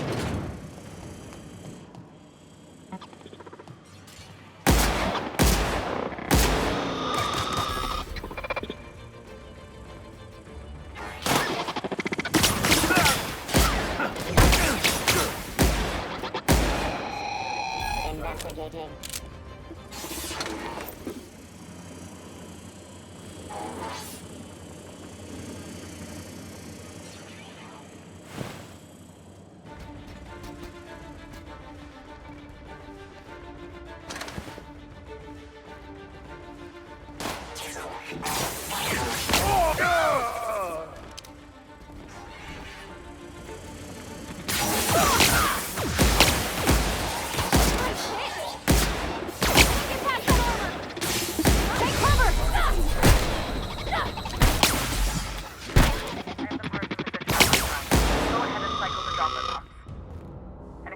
That means just look for a command that says cycle droplet pumps.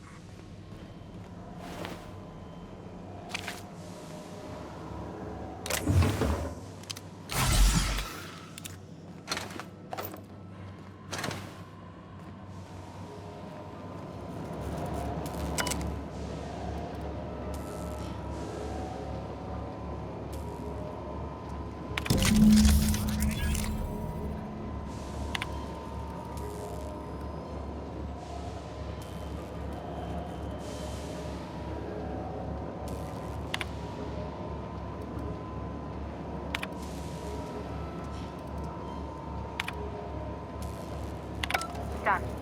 The temperatures are dropping. Stop by once you found your way out of there. Groundbreaker owes you thanks.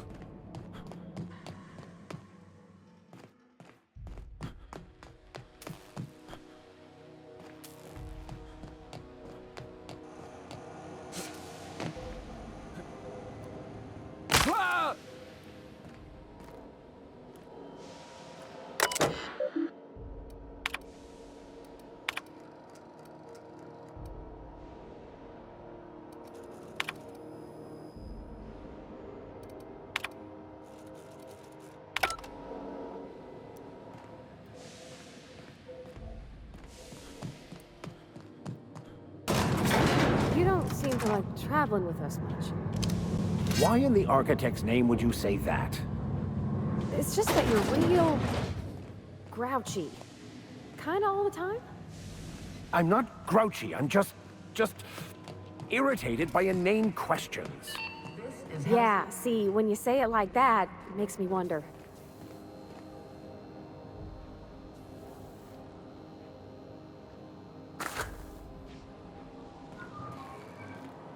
My boards are returning to green. What a weight that is off my shoulders. I don't normally tolerate outsiders mucking about in my station's guts, but you're all right. The temperature should be dropping as we speak. I'll see to it the crew knows who kept us all from boiling alive. If you've got time, I believe Edna has a comms issue that could use your attention. I've also authorized Doc and Furu to sell you our premium meds.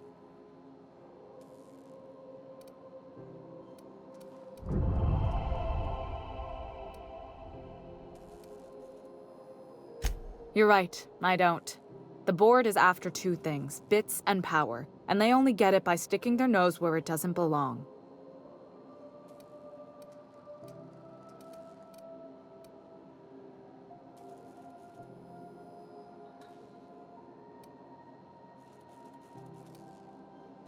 I placate them when I have something to offer, but I can also be a real hard-ass. It'd be a joy if I could kick out the corporate merchants and reclaim the docking fees in my lifetime. Too much of Groundbreaker's income is flowing in the wrong direction. I'd like to see that change. I like to think of myself as a nice person, but if that gaudy embassy of his was on fire, I might hold my breath a moment before activating the sprinkler system. The board wants control over Groundbreaker, and leeches like Udom Bedford will do anything to please their corporate masters. You've got my attention.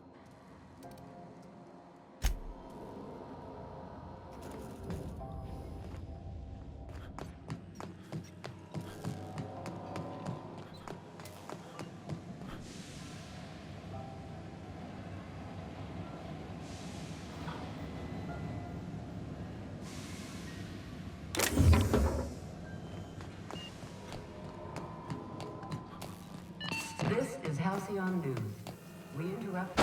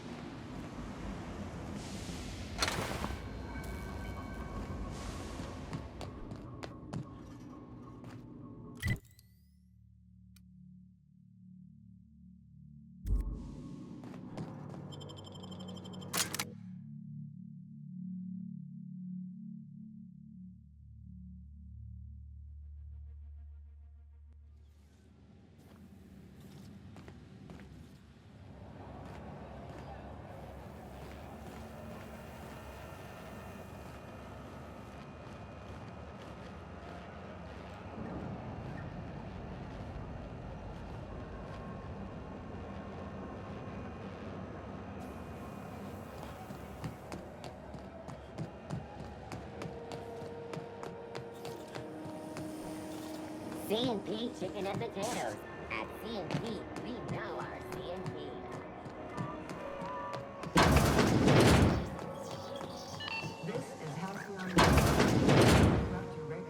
gracious. I was just sitting down for tea.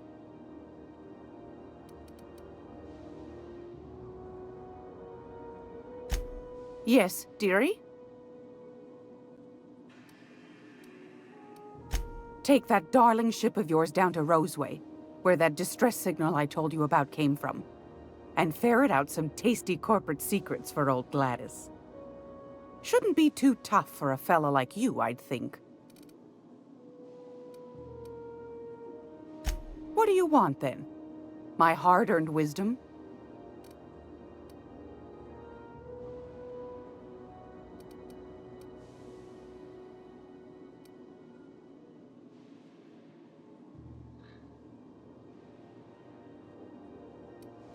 Ask the common folk, and they'll tell you it's on account of all the monsters on Monarch desperate to gobble you up. Because that's what the board tells them, you see. I think they made some fool mistake that would make them look bad to the rest of the colony, and they're trying to hide the evidence.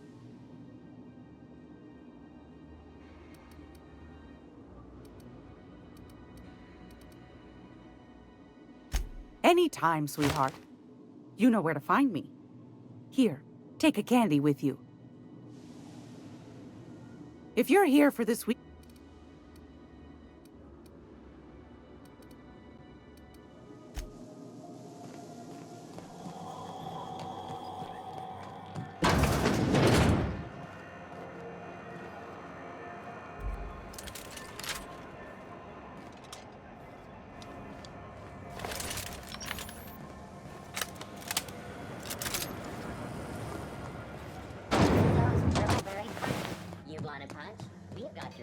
Right here.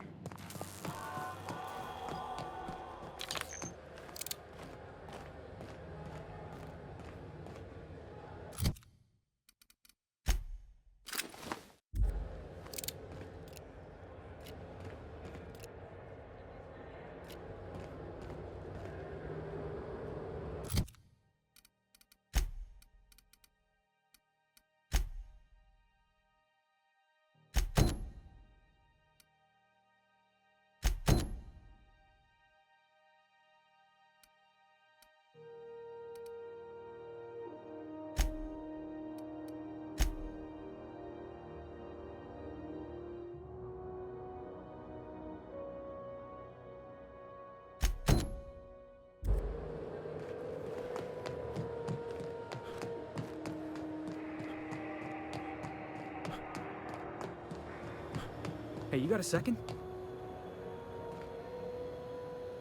Hey, we don't know each other yet, but I'm Felix Millstone.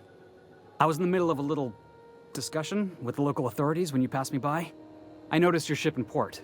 Got to thinking you might be looking for some crew, so I wandered by, just to take a closer look. Gotta hand it to you, boss. That's a fine-looking ship.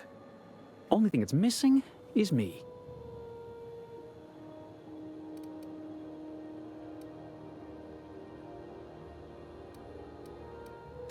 Yes, I absolutely am. Just give me a shot. That's all I'm asking. I could be the best damn crew you ever hired.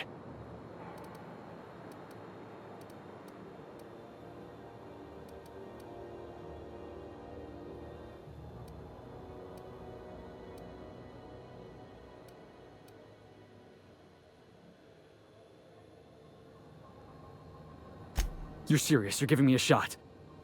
All right. Hang on. I put together a little speech, just in case you asked. Hey there, I'm Felix Millstone. I have prepared a list of reasons why I believe you should hire me to join the crew of your ship and/or outlaw gang.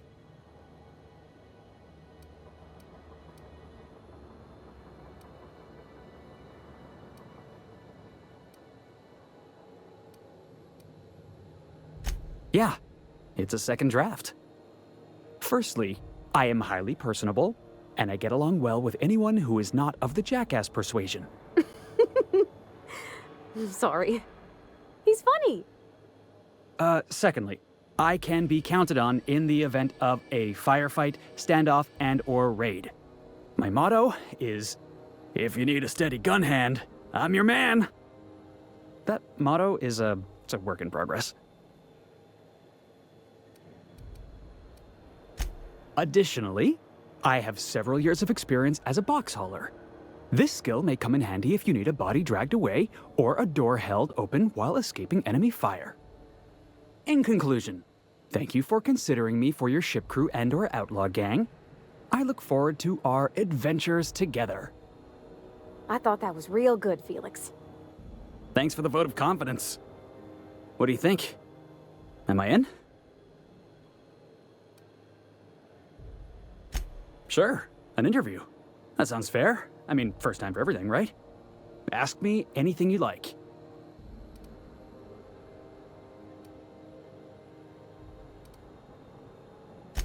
Are you kidding? I love a good fight. One time, I took an autoloader's head clean off its servos with one swing of a tossball stick. You can count on me in a scrap, boss. That's a promise.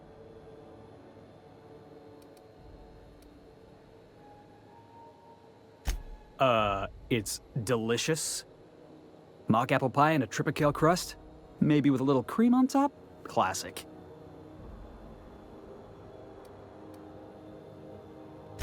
I had this foreman, right? Guy never liked me, always trying to get a rise out of me. But I keep my chin up, right? Be the bigger man, I tell myself. He's a Spacer's chosen man, though. So when the Chosen beat my Rangers the other night, my foreman comes swaggering up with his head full of boasting.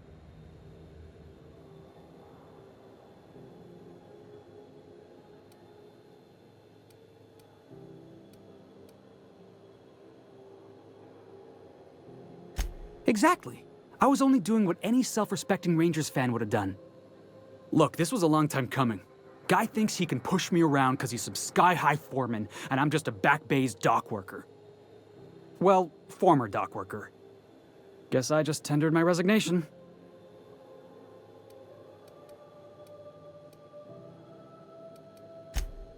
Wow. You don't know how long I've been waiting to hear that. Thanks, boss. You're not gonna regret this.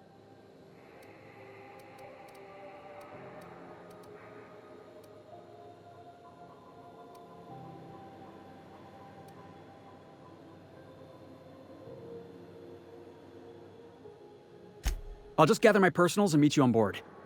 This is gonna be great. Really? We're picking up strays now? Look at that. A real vicar. I'm sure we'll get along like a church on fire.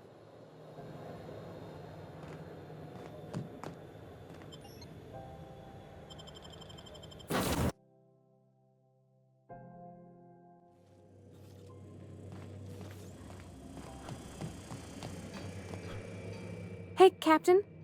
Can I get your temperature on something real quick?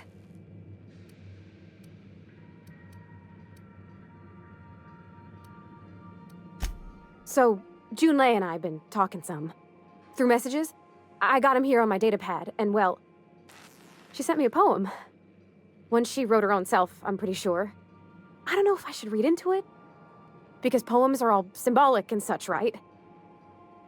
It's not so good. But real sweet.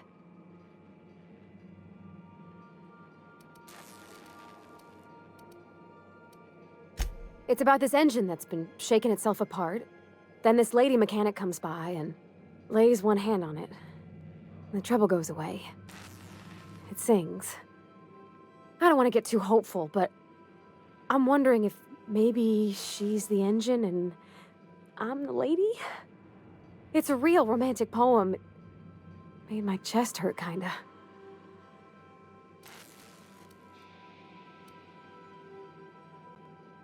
I don't know where it's leading yet, or if I'm misinterpreting. I'm not much interested in physical stuff. Never have been. Leastways not like other folks seem to be. It's not that I can't, I just don't care for it. It's been a problem in the past. The folk who wanted to be with me back in the Vale, they said I was cold.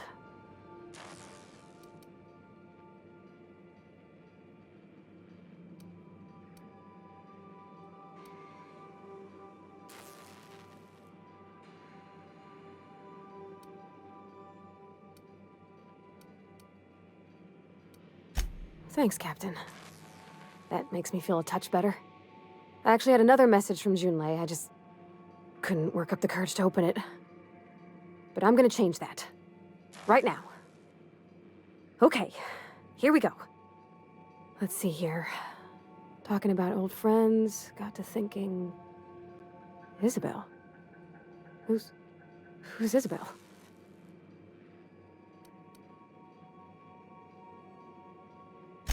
They were... close, Captain.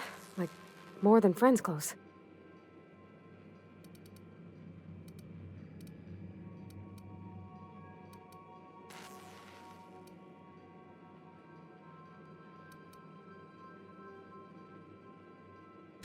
I don't know. June and I talked about them like it was past, but how far in the past? 10 years? Last week? Captain, I'm feeling all mixed up right now. Could we maybe head to the Groundbreaker? Get some drinks at that bar there? The Lost Hope?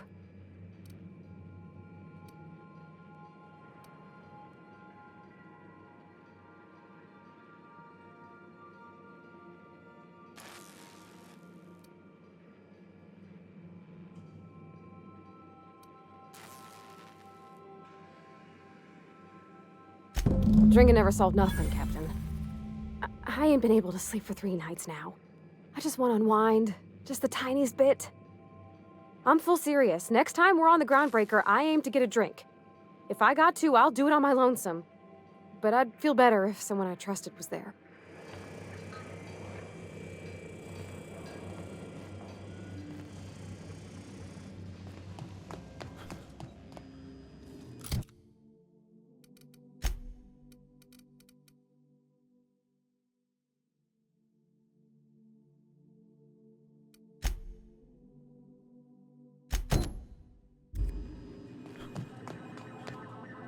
Welcome back, Captain. How can I be of assistance?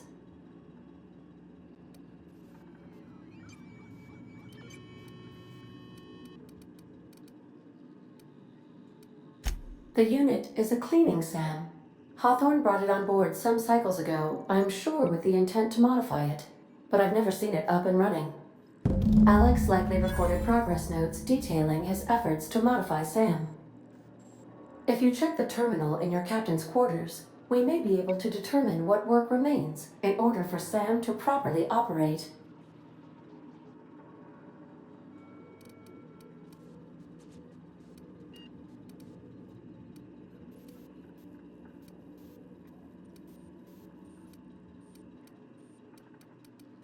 Yes, Captain. Beginning playback now.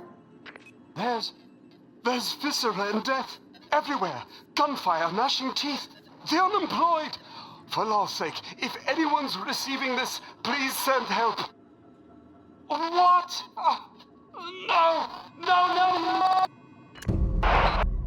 Captain, we are now capable of accessing the Roseway landing pad. Also, corporate protocol requires that all distress signals include a list of key personnel for retrieval. The embedded names are Anton Crane, Vaughn Cortez, and Orson Shaw.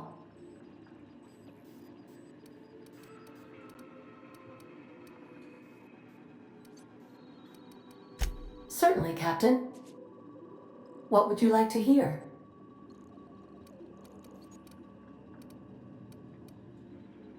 It's been scientifically proven that those with more birthdays live longer.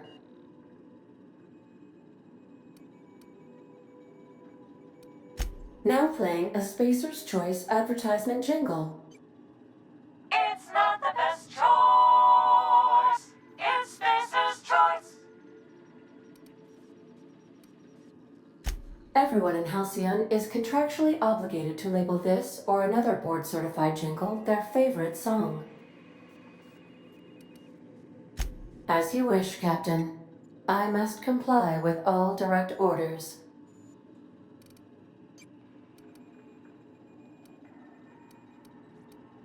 I have lots of minutes. Many minutes. Unlimited minutes, perhaps. Providing an adequate power source, I can function indefinitely.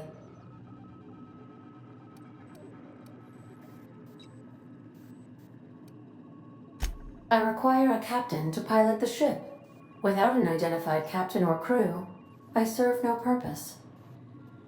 As you may be aware, Captain Alex Hawthorne was a smuggler of some repute. I failed to predict the likely outcome of his reckless behavioral patterns. I should have predicted that.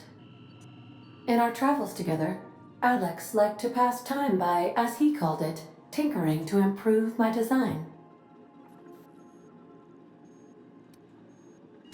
If you mean, was Captain Hawthorne my first? Yes, he was. How can I be of assistance? What part of the colony would you like to discuss?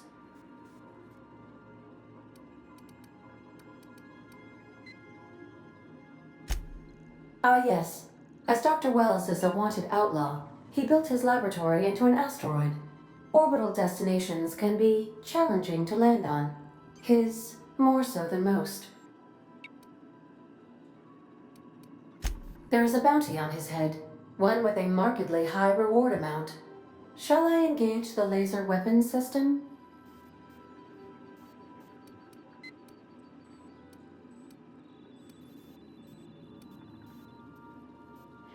A sensible choice, as we do not have any laser weapons.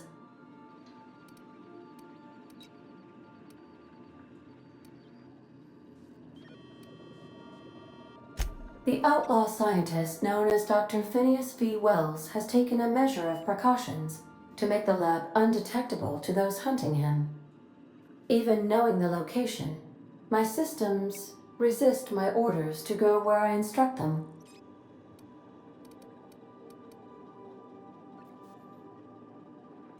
Of course. What part of the colony would you like to discuss? We're cleared to dock with the groundbreaker if that's your desired destination. If we're going there, please be sure all docking forms have been filed in triplicate and fees have been paid. The Mardettes take their docking laws quite seriously.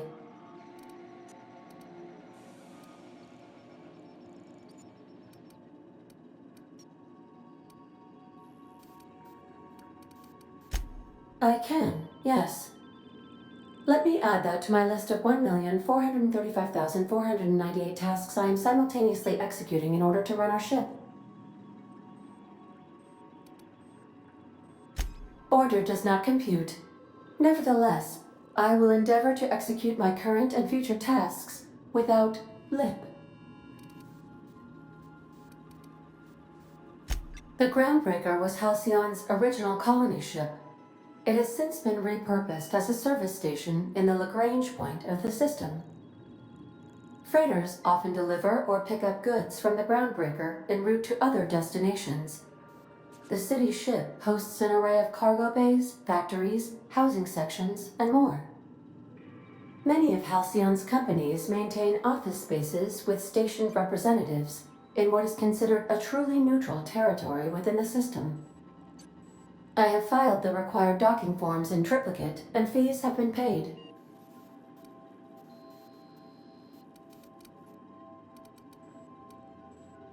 How can I be of assistance? I request you do not wake me if I am sleeping upon your return.